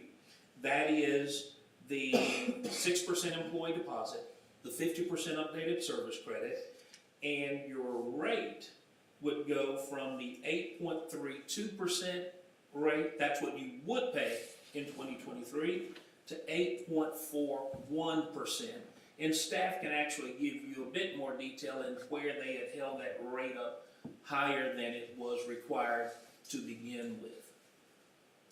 I do want to tell you that one of the pages that's in your packet, there is a discrepancy. And that was my fault, because I ran it thinking I was doing everybody a favor in being able to project for you what your rate would look like in coming years. I like for a governing body to know, if I make this change, what can I expect to pay going forward? One of the things that I did not take out in this very last page that I included in your packet in the projection report, and it's important, the town of Whitehouse, you don't currently have the transfer feature in the updated service credit, and I don't think that there was ever any intent for the city to have the transfer feature. What does that mean? It means that that updated service credit that I've described, the optional feature that grants the additional cash credit, in addition to looking at an employee's time here at Whitehouse, if y'all have recruited somebody from another TMRS city, that transfer component goes back not just over the course of their career here, but it would look at the plan that they came from. What if they came from Chandler and they had been in a 5-1-1 plan and now making a better salary and a better plan? That transfer component takes a look at that time. And you all do currently have 15 employees that have come from other TMRS cities. And when I ran that projection report, I didn't turn off the transfer feature. So you'll see that those numbers, even though they're very close to what you currently have, those don't match up with what's in that comparison of alternate benefit designs. And that's why the transfer piece is still turned on. And I ran that today just thinking I was doing something right and did something wrong, and want to point out why there's a discrepancy. Okay? And with that, I'll open it up for any detailed questions that you might have for me about your plan changes or the staff's recommendation. Can you explain, I may have missed it, the unfunded liability part of it? Yes, I can. By itself, it doesn't tell you a whole lot. If I told you that your plan is $310,000, you have $310,000 that's unfunded, it would be good to know, well, where does that come from? When we look at a city's plan, we're looking at really 3 components to figure out what makes up your liabilities. We know that you're paying into TMRS, and you are paying in and the employees are paying in to build the assets that it's going to take to pay for the benefits that you've committed to in the design of your plan. And right now, when we look at the design of your plan, you've got $310,000 that has not yet been funded. When I look at your total liabilities, and that takes into account the active members, those who are working on the payroll here, the 53 employees who pay in, they represent about $3.5 million in liabilities. All right? Just them, looking at the plan and building toward their retirement, they represent $3.5 million. You have some inactive members, those employees who have come to work for Whitehouse, who quit, and may have gone to work at another TMRS city, or they may have been vested when they left, but didn't take a refund. And as a vested member, as long as they keep their money on account with TMRS, they will still eventually qualify for lifetime retirement benefit. There's still a liability, and you had already paid in what you needed for those members. They represent $1.5 million in liability. And then you've got your folks who have retired, the 20 employees who retired in a drawing of benefit from TMRS. Those 20 folks represent about $1.4 million in liability. So in total, your total actuarial accrued liabilities is $6.5 million.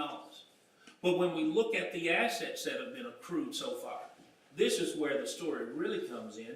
You've already accrued $6.24 million in assets. So the difference between those assets and the liabilities is the $310,000. Here's what TMRS does and what any governing body that I talk to needs to know. Here's what distinguishes TMRS from many plans that you hear about in the public sector that are broken. We amortize our liabilities over a fixed amortization period. So no matter what your plan design is, we're going to get you on track to be 100% funded, and we know exactly when you're going to be 100% funded. We have a conservative 20-year amortization schedule. We weren't always 20 years. We were 30. We moved down to 25, and now it's going as well as we had anticipated. We're at 20 years. So now we're at the place that over the course of an employee's career, for a plan like Whitehouse's, we know that you're going to have all the assets on account that you need to pay out those promised benefits. That's what it amounts to. And you can see the dynamics. It's a good question. You can see the dynamics in making that plan change. You can see what happens to your liabilities in option 3.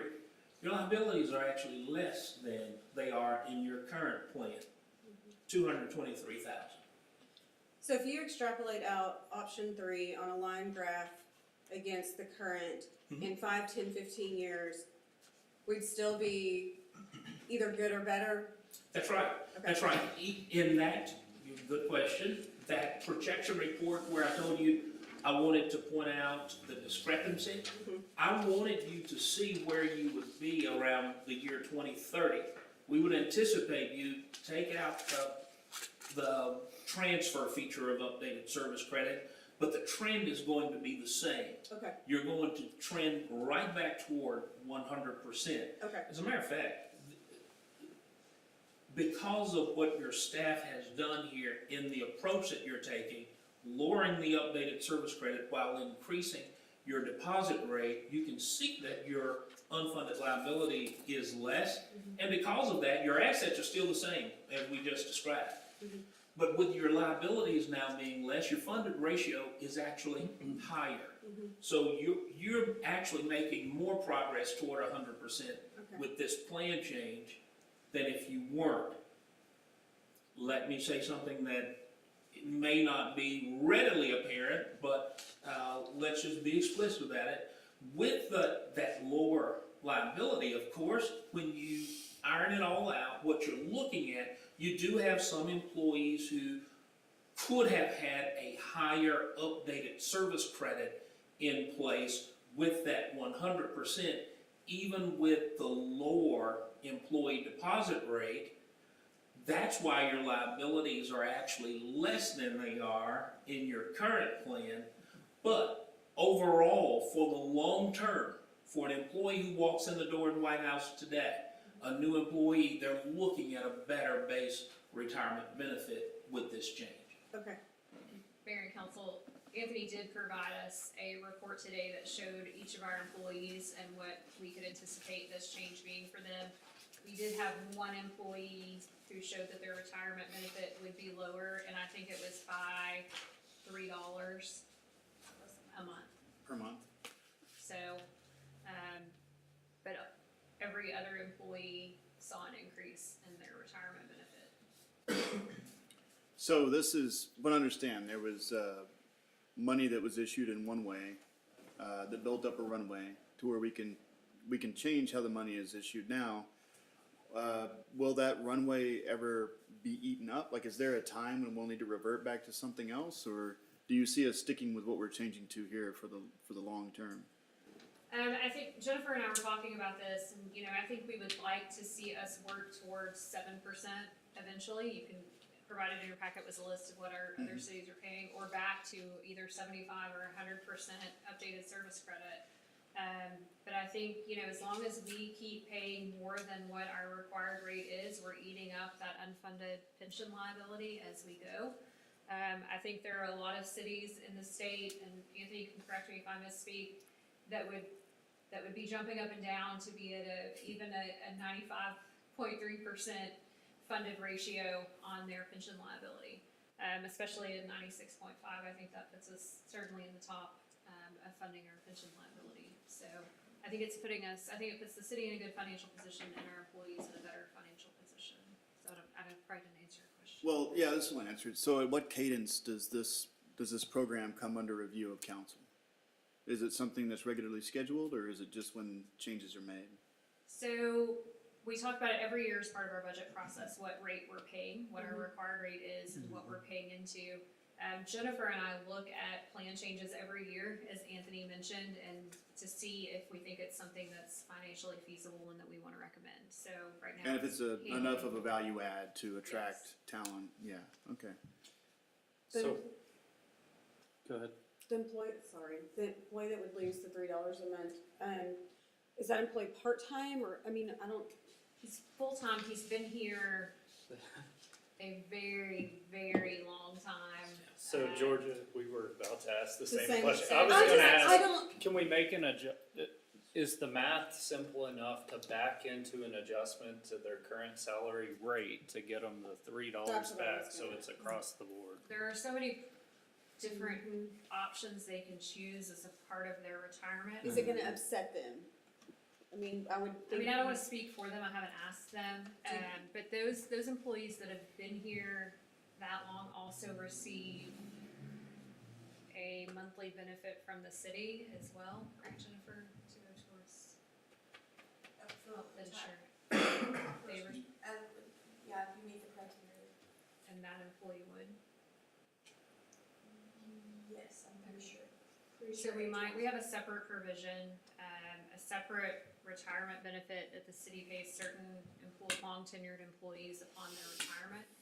And that employee would fit in that provision, so I would recommend that we look at increasing that provision for that employee. Just to make up for whatever To the make up difference. the difference. I think that would be an easier solution than trying to figure out Yeah, how we get it through their. I was just trying to TMRS. figure out how the math was Yeah. gonna work itself out. That may be a but better yeah. option, Okay. for those longer tenured employees. And it's all of one, so I'm sure we can. And we Figure it did out. talk to our staff, because it does require that they contribute an additional percentage to their retirement, and we wanna be sensitive to those that, you know, may be newer employees today, that may be harder for them. So we did talk to each of our employees, and I think they all, understood and were in favor of contributing additional money to their retirement, understanding what it means for them in the long term. Oh, it's a mandatory contribution. Yes. Yeah. It's mandatory, it's not an option, everybody Yes. has to contribute the same. Man, to go back and have mandatory contributions pulled out of my paycheck. But yeah, everybody, all the employees are on board with the. Yes. Okay, good deal. And it is a significant recruiting tool, Mhm. especially for mid-level career, as you mentioned. It was certainly something I looked at hard when I came here from a 7% city. Anyone else have a question? Does the motion need to include specifically option C? It's not written, I think that. Option No, three. option 3. or I'm sorry, Yeah, 3. that's fine. I was gonna raise this whole motion. I can include it. So, Mr. Mills, are you available for hire to go around and explain things I need explained? Because I know, Sarah did a great job. Yes. you actually love your job, and you can tell that you do by the way you I'm present the yourself. finance So tool. we really appreciate you coming here all the way from Austin. Thank you, it's a pleasure. To get to come to the hometown of one very popular quarterback That's what I was talking about. in Kansas City, where I tell you, I'm a Dallas Cowboys fan and a Texas Longhorn fan, but I've become a big Patrick Mahomes Jr., or now the second, fan. big time. So all my family, everybody's turned into half Cowboys, half Kansas City. So I got to tell them I was in Whitehouse tonight. Hey, you go through that stop sign, or through that traffic light through there, and on your right is the stadium that he played in. So, absolutely, it's right down the road, right down the road. If there are any questions for me beyond tonight, feel free. Staff knows how to reach me. I would be more than happy to assist you. And I know that I speak for all the staff at TMRS when I say it's an honor and a privilege for us to serve you, to serve this community and those who serve this town. Thank you. Thank you, Mr. Thank Mills. you. All right, if there's no further discussion, I'll entertain a motion. I'm gonna make a motion. We're gonna approve ordinance 22-1114-01, which is gonna authorize and approve updated service credits, an increase in retirement annuities, and an increase in the deposit rate by employees into the TMRS. Specifically, we're approving option 3. I'll second. I have a motion from Councilwoman Harris and a second from Councilman Chambers. Any further discussion? All those in favor say aye. Aye. Any opposed, say no. With that, the motion carries. Let's find that $3. Thank you, Mayor and Council. On behalf of all of our staff, thank you. Yes, ma'am. Thank you. All right, so that takes us to item number H7. Discuss, consider, and act upon a pipeline crossing agreement with Union Pacific Railroad to allow for construction of a sewer across railroad property from Mockingbird Place Phase 2. Mrs. Hargis. Yes, sir. Mayor and council, before you tonight is a request for approval and authorization of the city manager to execute that pipeline agreement with Union Pacific Railroad, which would allow the new owners and developers of Mockingbird Place, who is Jennikov West Mud Creek LLC, to install a new sewer line that will service Phase 2. It will cross Union Pacific property and then connect into city lines.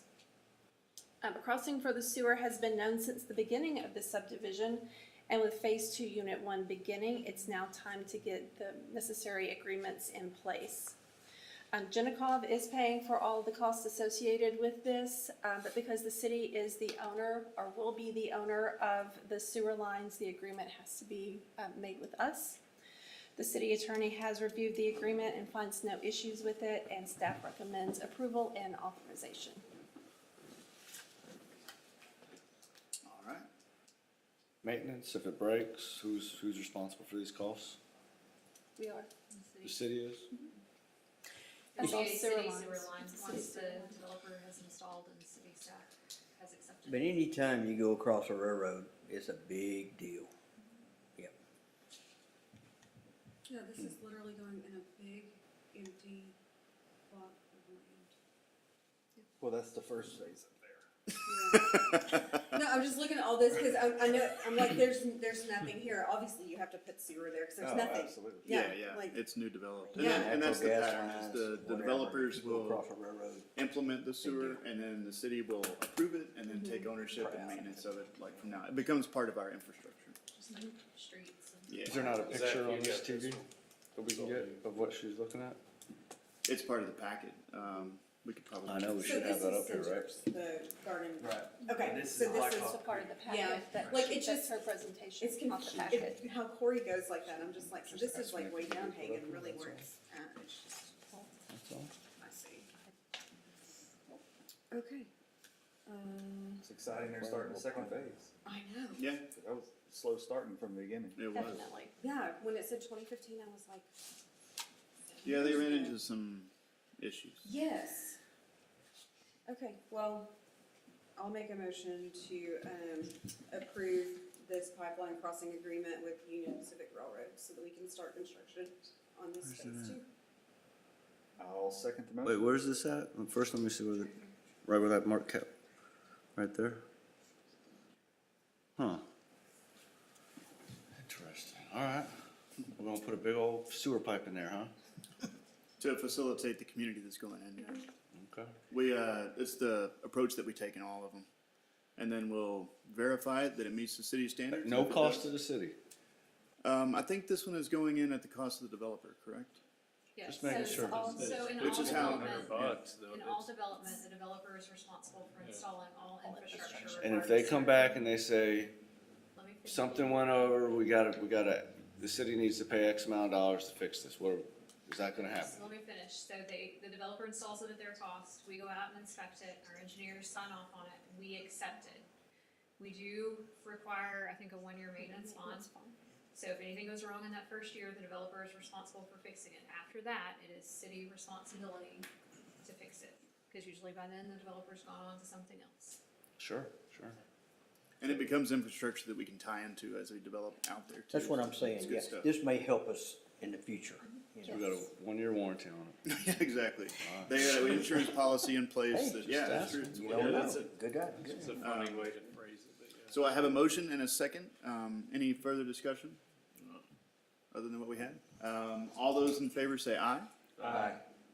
All those opposed say no. All right, that takes us on to item, oh, with that, the motion carries. That takes us on to item 8, H8, where we can discuss and consider and act upon an interlocal agreement for use of public safety communication systems. Was this, Chief Johnson? All right, come on up, Mayor and sir. council, this interlocal agreement would be with Harris County Universal Services, who is actually controls our communication systems for Smith County. It is all literally piped via fiber optic to Smith County. But this simple interlocal agreement will allow us to utilize their facilities and their staff to create templates and program our radios. We have one local certified provider here. And competition needs, this would be a much more affordable means of programming our radios and doing some of the simple radio repairs. It gives us options, is ultimately why I'm making the recommendation to enter this interlocal. This involves the police too. It would be for all of our public safety actually, all this communications via airways. I mean, for the city. you had me here at illustrate savings by as much as 250%. Pretty good deal. I mean, Conservative too, once you look at the fee schedule. when we're ready for that motion. Go ahead, John. Yeah, I'd make the motion to approve, entering into an interlocal agreement with Harris County Universal Services. I'll second. I have a motion from Councilman Chambers and a second by Councilman Briscoe. Any further discussion? All those in favor say aye. Aye. Any opposed say no. With that, the motion carries. All right. That takes us to item H9, discussion of signage for Garden View Park. Mrs. Black or Turn it over to Councilman Malone. Councilman Lowe. All God Chilling got a sign. Who? All right, All God's Chilling. Oh, children, okay. You weren't around at any Griffith days, weren't I thought you said Olive Garden chilling got a No. sign. I didn't know what that meant. you? I mean, you know, I think you've got a lot of people in this area that has no idea that a park even exists over there. I think it would be beneficial to have a couple of signs to pinpoint the way, you know. I don't know, Miss Black, how much a sign would cost. Is it $100 a sign, 200? Are you talking about putting them on 110? Yeah, of course, TxDOT would be involved in that. We had a sign on one. I'm learning. There's a sign on 110 that says Garden View Park that way. Is there? Yeah. But there's not one in the neighborhoods. The neighborhoods where the park exists? No, like Hagan Road or anything like that. There's not one on Hagen Road, no. No, there's not one there. Yeah. I'm just saying, this could help maybe alleviate people not knowing we have a park. Yeah, I'm just trying to get the word out that we do have, and it's a nice park. That it's a nice park available as an alternative to this one, if you desire, and just trying to see how we can get better populace to go out there, more people engaged and everything. It's just an idea. The sign on Hagan that points to Black Hawk Creek, can you get another sign the exact same size that says Garden View, put it on the same pole? Yeah. and I think the sign that we have in the city park, that's, it's kind of a menu sign, like that thing. Yeah. That one shows the different parks that are there. And I think the next phase of that is to put one of those at Black Hawk Creek that again points to all the parks. And then when people find Garden View, that'll point them to all the parks, including the baseball field. So it's kind of a system that feeds on itself. We just need to move forward with the second phase of implementation on that too. You got a sign on Hagan going towards, to the west, and you got one going toward the east. Maybe put one piggyback on each one of them. Now, I'd rather have one this big, not that big, but it's okay. It's a start. It's But a we start. would need, so if you point them down, You'd need something at Hillcrest too. Yeah. yeah, Woodland because Hills. they would go down there and be like, where's the park? So, That's what I'm saying. yeah, you'd need, at that point, it's a sign in somebody's yard pretty much. So we'll need to figure out whose yard to put it in. You go talk to them. I'll be glad to. We have right of way though. You have to. I would still knock on a door. Oh, no question about it. No question. They're And gonna have to I'd weed be eat more around than it. happy to do They're it. gonna have to weed eat around And it. mow around it, yeah. So, Because it's kind of nestled back in there, there would have to be that second sign. If you're pointing them from Hagen to go down through there. The cool They'll thing never about, find it. like the one that comes off of 110, Garden View is right there, and they just see it on their right Straight going shot. down. Yeah, So, but coming off Hagen, it's, but you'd be surprised how many people don't know it's there. It's a secret park. yeah. People drive by signs and don't notice them all the time. I mean, Yeah, like I think the half the speed room was limit surprised to hear signs. there was a sign on 110. there you go, John. Yeah, silent. I don't notice signs at all. Yeah, I think in our society we're bombarded by signage. yeah, and you're asking for more. Yeah, I know. All right. What do we need to do, Miss Black? We've got that direction, get to work on it. Okay, thank you. I appreciate it. So we can Thank you, stack them Council. up. We can have both of those on there. Yeah. Jason will look into that. Good at stacking there, Mr. Jason? Thanks. Yeah. Sorry, I didn't hear All you. right, sweet. You got that done before Thanksgiving, right? Yes, we will take care of it. Perfect. Got a volunteer. you. Excellent. And I'll take care of the homeowner.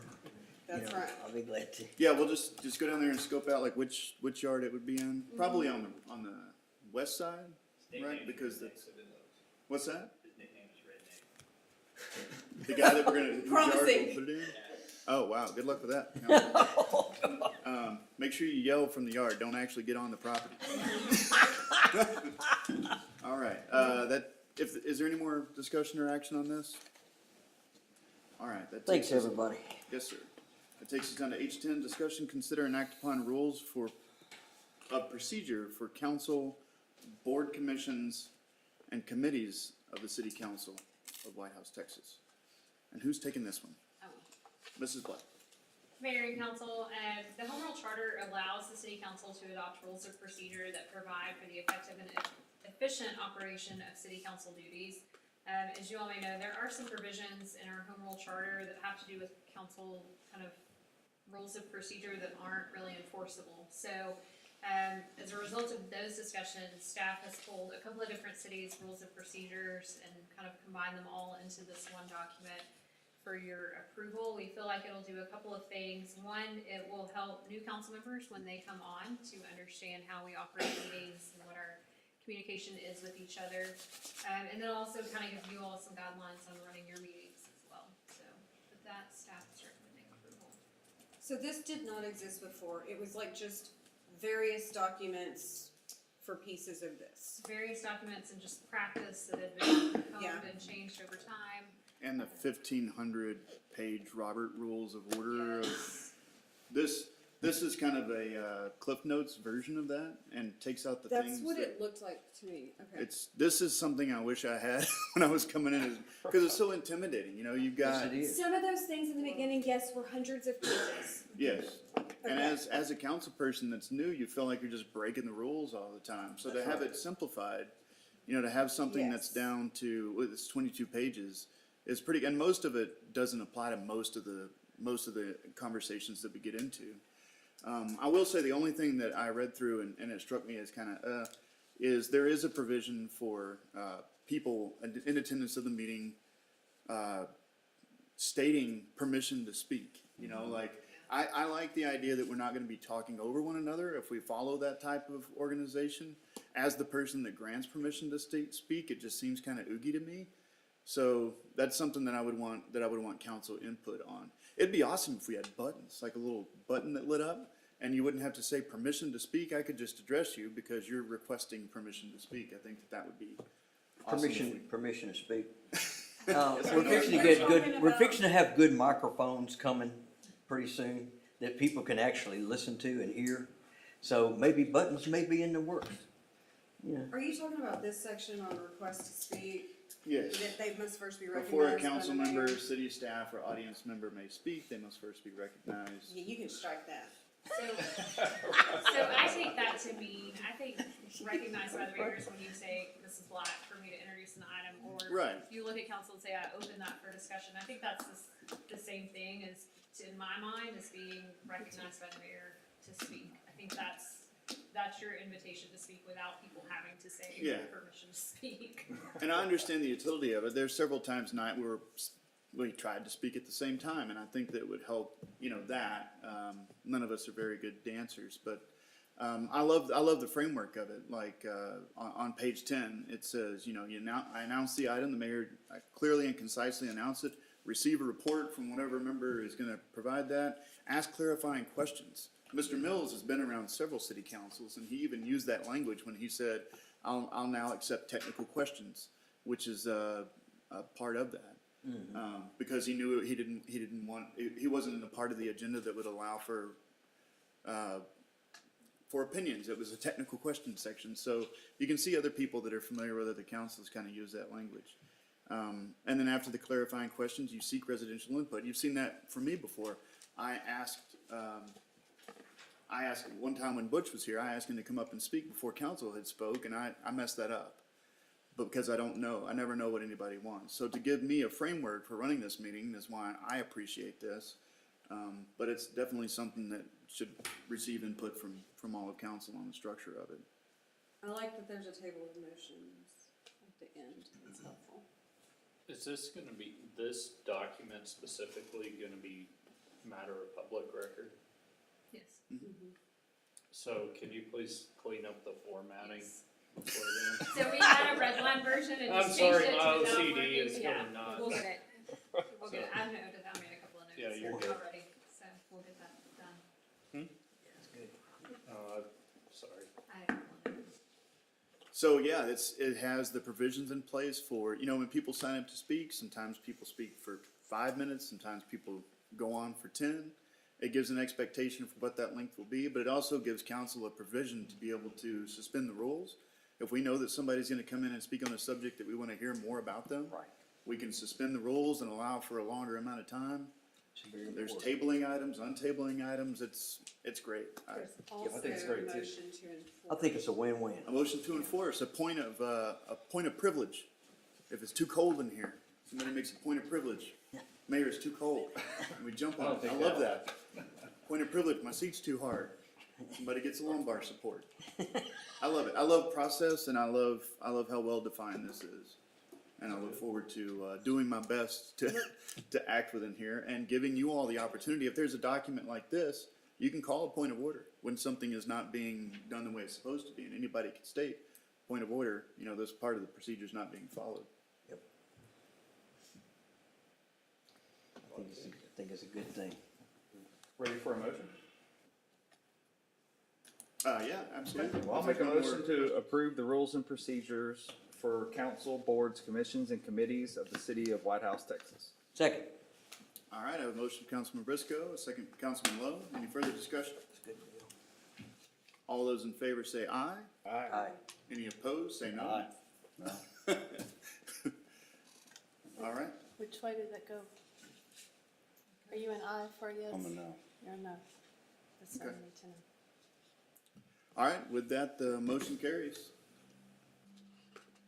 That takes us down to consider future agenda items. We're on item H11. All right, we have one more meeting left this year. We got one meeting in December. Yeah. If anybody would like anything to come back onto that meeting. I do anticipate that I will have an update on our facilities planning, a proposed schedule for that process Oh, at wow. the next meeting. And then another update on broadband, so. So the RFI update will possibly be on Yes. there? Okay. or at least an update on where we are in permitting. as Boy, I well. tell you, this year's gonna move by fast, you know? It's basically over. It really is. It is, Mayor. You're right. We're gonna try to get some stuff done anyway. I know. I'm ready to get that So I shot. received late this afternoon a proposed schedule for the 109 East Main construction project, so Yeah, I'll right. come through that and hopefully have that in front of you for the next meeting, so that's exciting. One quick permission to Yep, speak. yep, no, it's not in place yet. The construction of this facility here is still a long way off, isn't it? So what we had discussed previously was that we would do 109 East Main, and then once, Yeah. while that is underway, we could perhaps begin architectural design and move forward and get construction manager at risk in place for this, but construction on this would not actually start until that project was complete. Complete. That's gonna be temporary housing for city staff while they finish this stuff, so. If we had a better place to put them, we could start this Yeah. project earlier, but Fire station? Fire station's busting at the seams. Oh, you mean for a new fire station? I don't have any update on that. So we are having lunch at the fire station Friday. Yes, our employee Thanksgiving lunch. Please join us. Thank you. hope I don't get attacked in the park this time. I know. No promises. I may, Alright. if I Yes. may, there could possibly be 2 items come from planning and zoning depending on the action that's taken tomorrow at their planning and zoning meeting. Okay, So, Rose Meadows plat, which has to come back before this body because they are a plain development, and then a rezone of some property on Willingham. yes. Okay. Well, that'll be fun. They're still having, I mean, they have one meeting a month, unlike us, we have 2, right? So they're still having both of theirs, their November and December? I don't know about their December, but they are having their November Okay. meeting tomorrow. Gotcha. All right, anything else in the matter of future addenda items? All right, that takes us to item I, administrative reports, receiving reports from staff. Here we go, lots of information coming your way. For some reason, this one always is slow to load for me. Me too. Yeah. Yeah, I looked at it earlier today and it came up pretty fast. It's that city internet. Mine's just hit or miss. City internet. Suddenly. So on the matter of property tax revenue, there's something coming up about the destination sales tax outside of marketplaces. So right now, if you order something on Amazon, you get destination sales taxes wherever it's shipped to. So the whole state, the state comptroller is behind an initiative to have that switch over to not just marketplace online websites, but individual online websites. So if you opened up a bait shop and you only sold stuff out of your bait shop, and people from Mineola bought it, then you would collect sales tax from Mineola. So that's what the state comptroller wants to do. The East Texas Coalition, which is the combination of now the city of Whitehouse. Actually, I should have shared that. The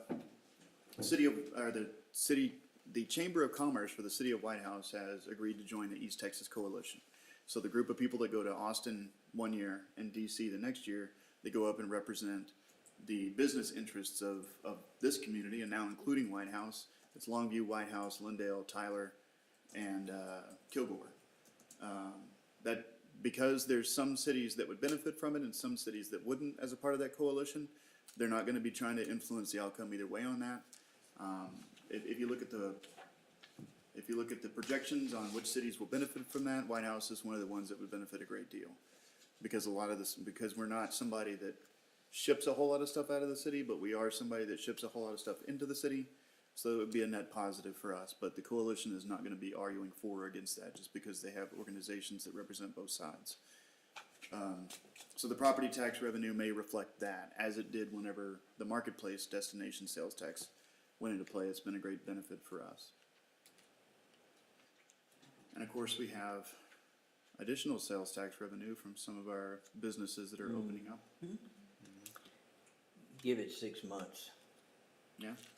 If you could buy stock in a city now, would be a Oh, good yeah. time. Oh, yeah.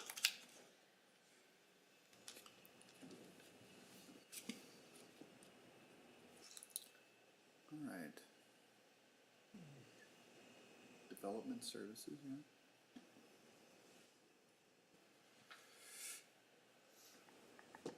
All right, anything specific you'd like to dig into on this, council? Anything specific you'd like to highlight on this, Mrs. Black or Ms. Hargis, Ms. Lusk? No? Anything from water services, police, or fire that you're, Response times are good. yeah? Yeah, isn't this great? I love how this is presented. You can see the fire training hours increase significantly in October. Yes, All yes, those yes. new hires getting trained. That good old 75-degree weather. Those 2 new positions that the council approved in October, they came on board early in the month, so they were able to get a lot of training in. That's great. All right, we also have our income statement. Anything from there seem out of whack to anyone on council? Any questions on that? One for me. Per consumption.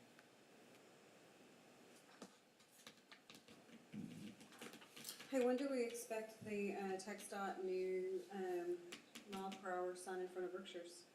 Lowering. Heard. I've been practicing going 45. At 5:30 later this month. PM, you have no choice but to go below Yeah. 45. That's right. Say that. Chief Robeson thinks they have a meeting this month about that. to Okay. get approved. The sidewalks are out. I've not heard an update from TxDOT. I'm feeling like we've probably missed our Yeah. fiscal window. We had a lot of people I that, know. that didn't respond. I mean, it's hard to find property owners. And that was a tight timeline to I know. get that turned around. We did the absolute best we could, but I wish there was a unified channel for allowing communication, because it's important to get a hold of property owners, you know, if something, like a hazmat spill in their property, I wish there was a phone number we could call, at least for that. Good point. Yeah, it's pretty, we were optimistic going into it, but it wound up being a tougher road. I mean, are we allowed to knock on doors and encourage them, or I would have done it if you could do it, you know? I don't know that there's anything stopping you, but Oh, I know. A couple of the doors were empty. Yeah. yeah, several out of towns. Interesting. Houston area. It's just a wish. And a lot of times, I know one in particular is like a real estate investment company. It's the actual owner, and they're out of Omaha. They don't care if we have sidewalks or not. All they care about is how it's going to impact the business operating. Who was it? Troop just got a humongous sidewalk. Yeah, same thing we got. We're down Oh, there. yeah, okay, Yeah, I mean, it's just down at TxDOT thing. Theirs is 110, ours was 346. okay. Yeah.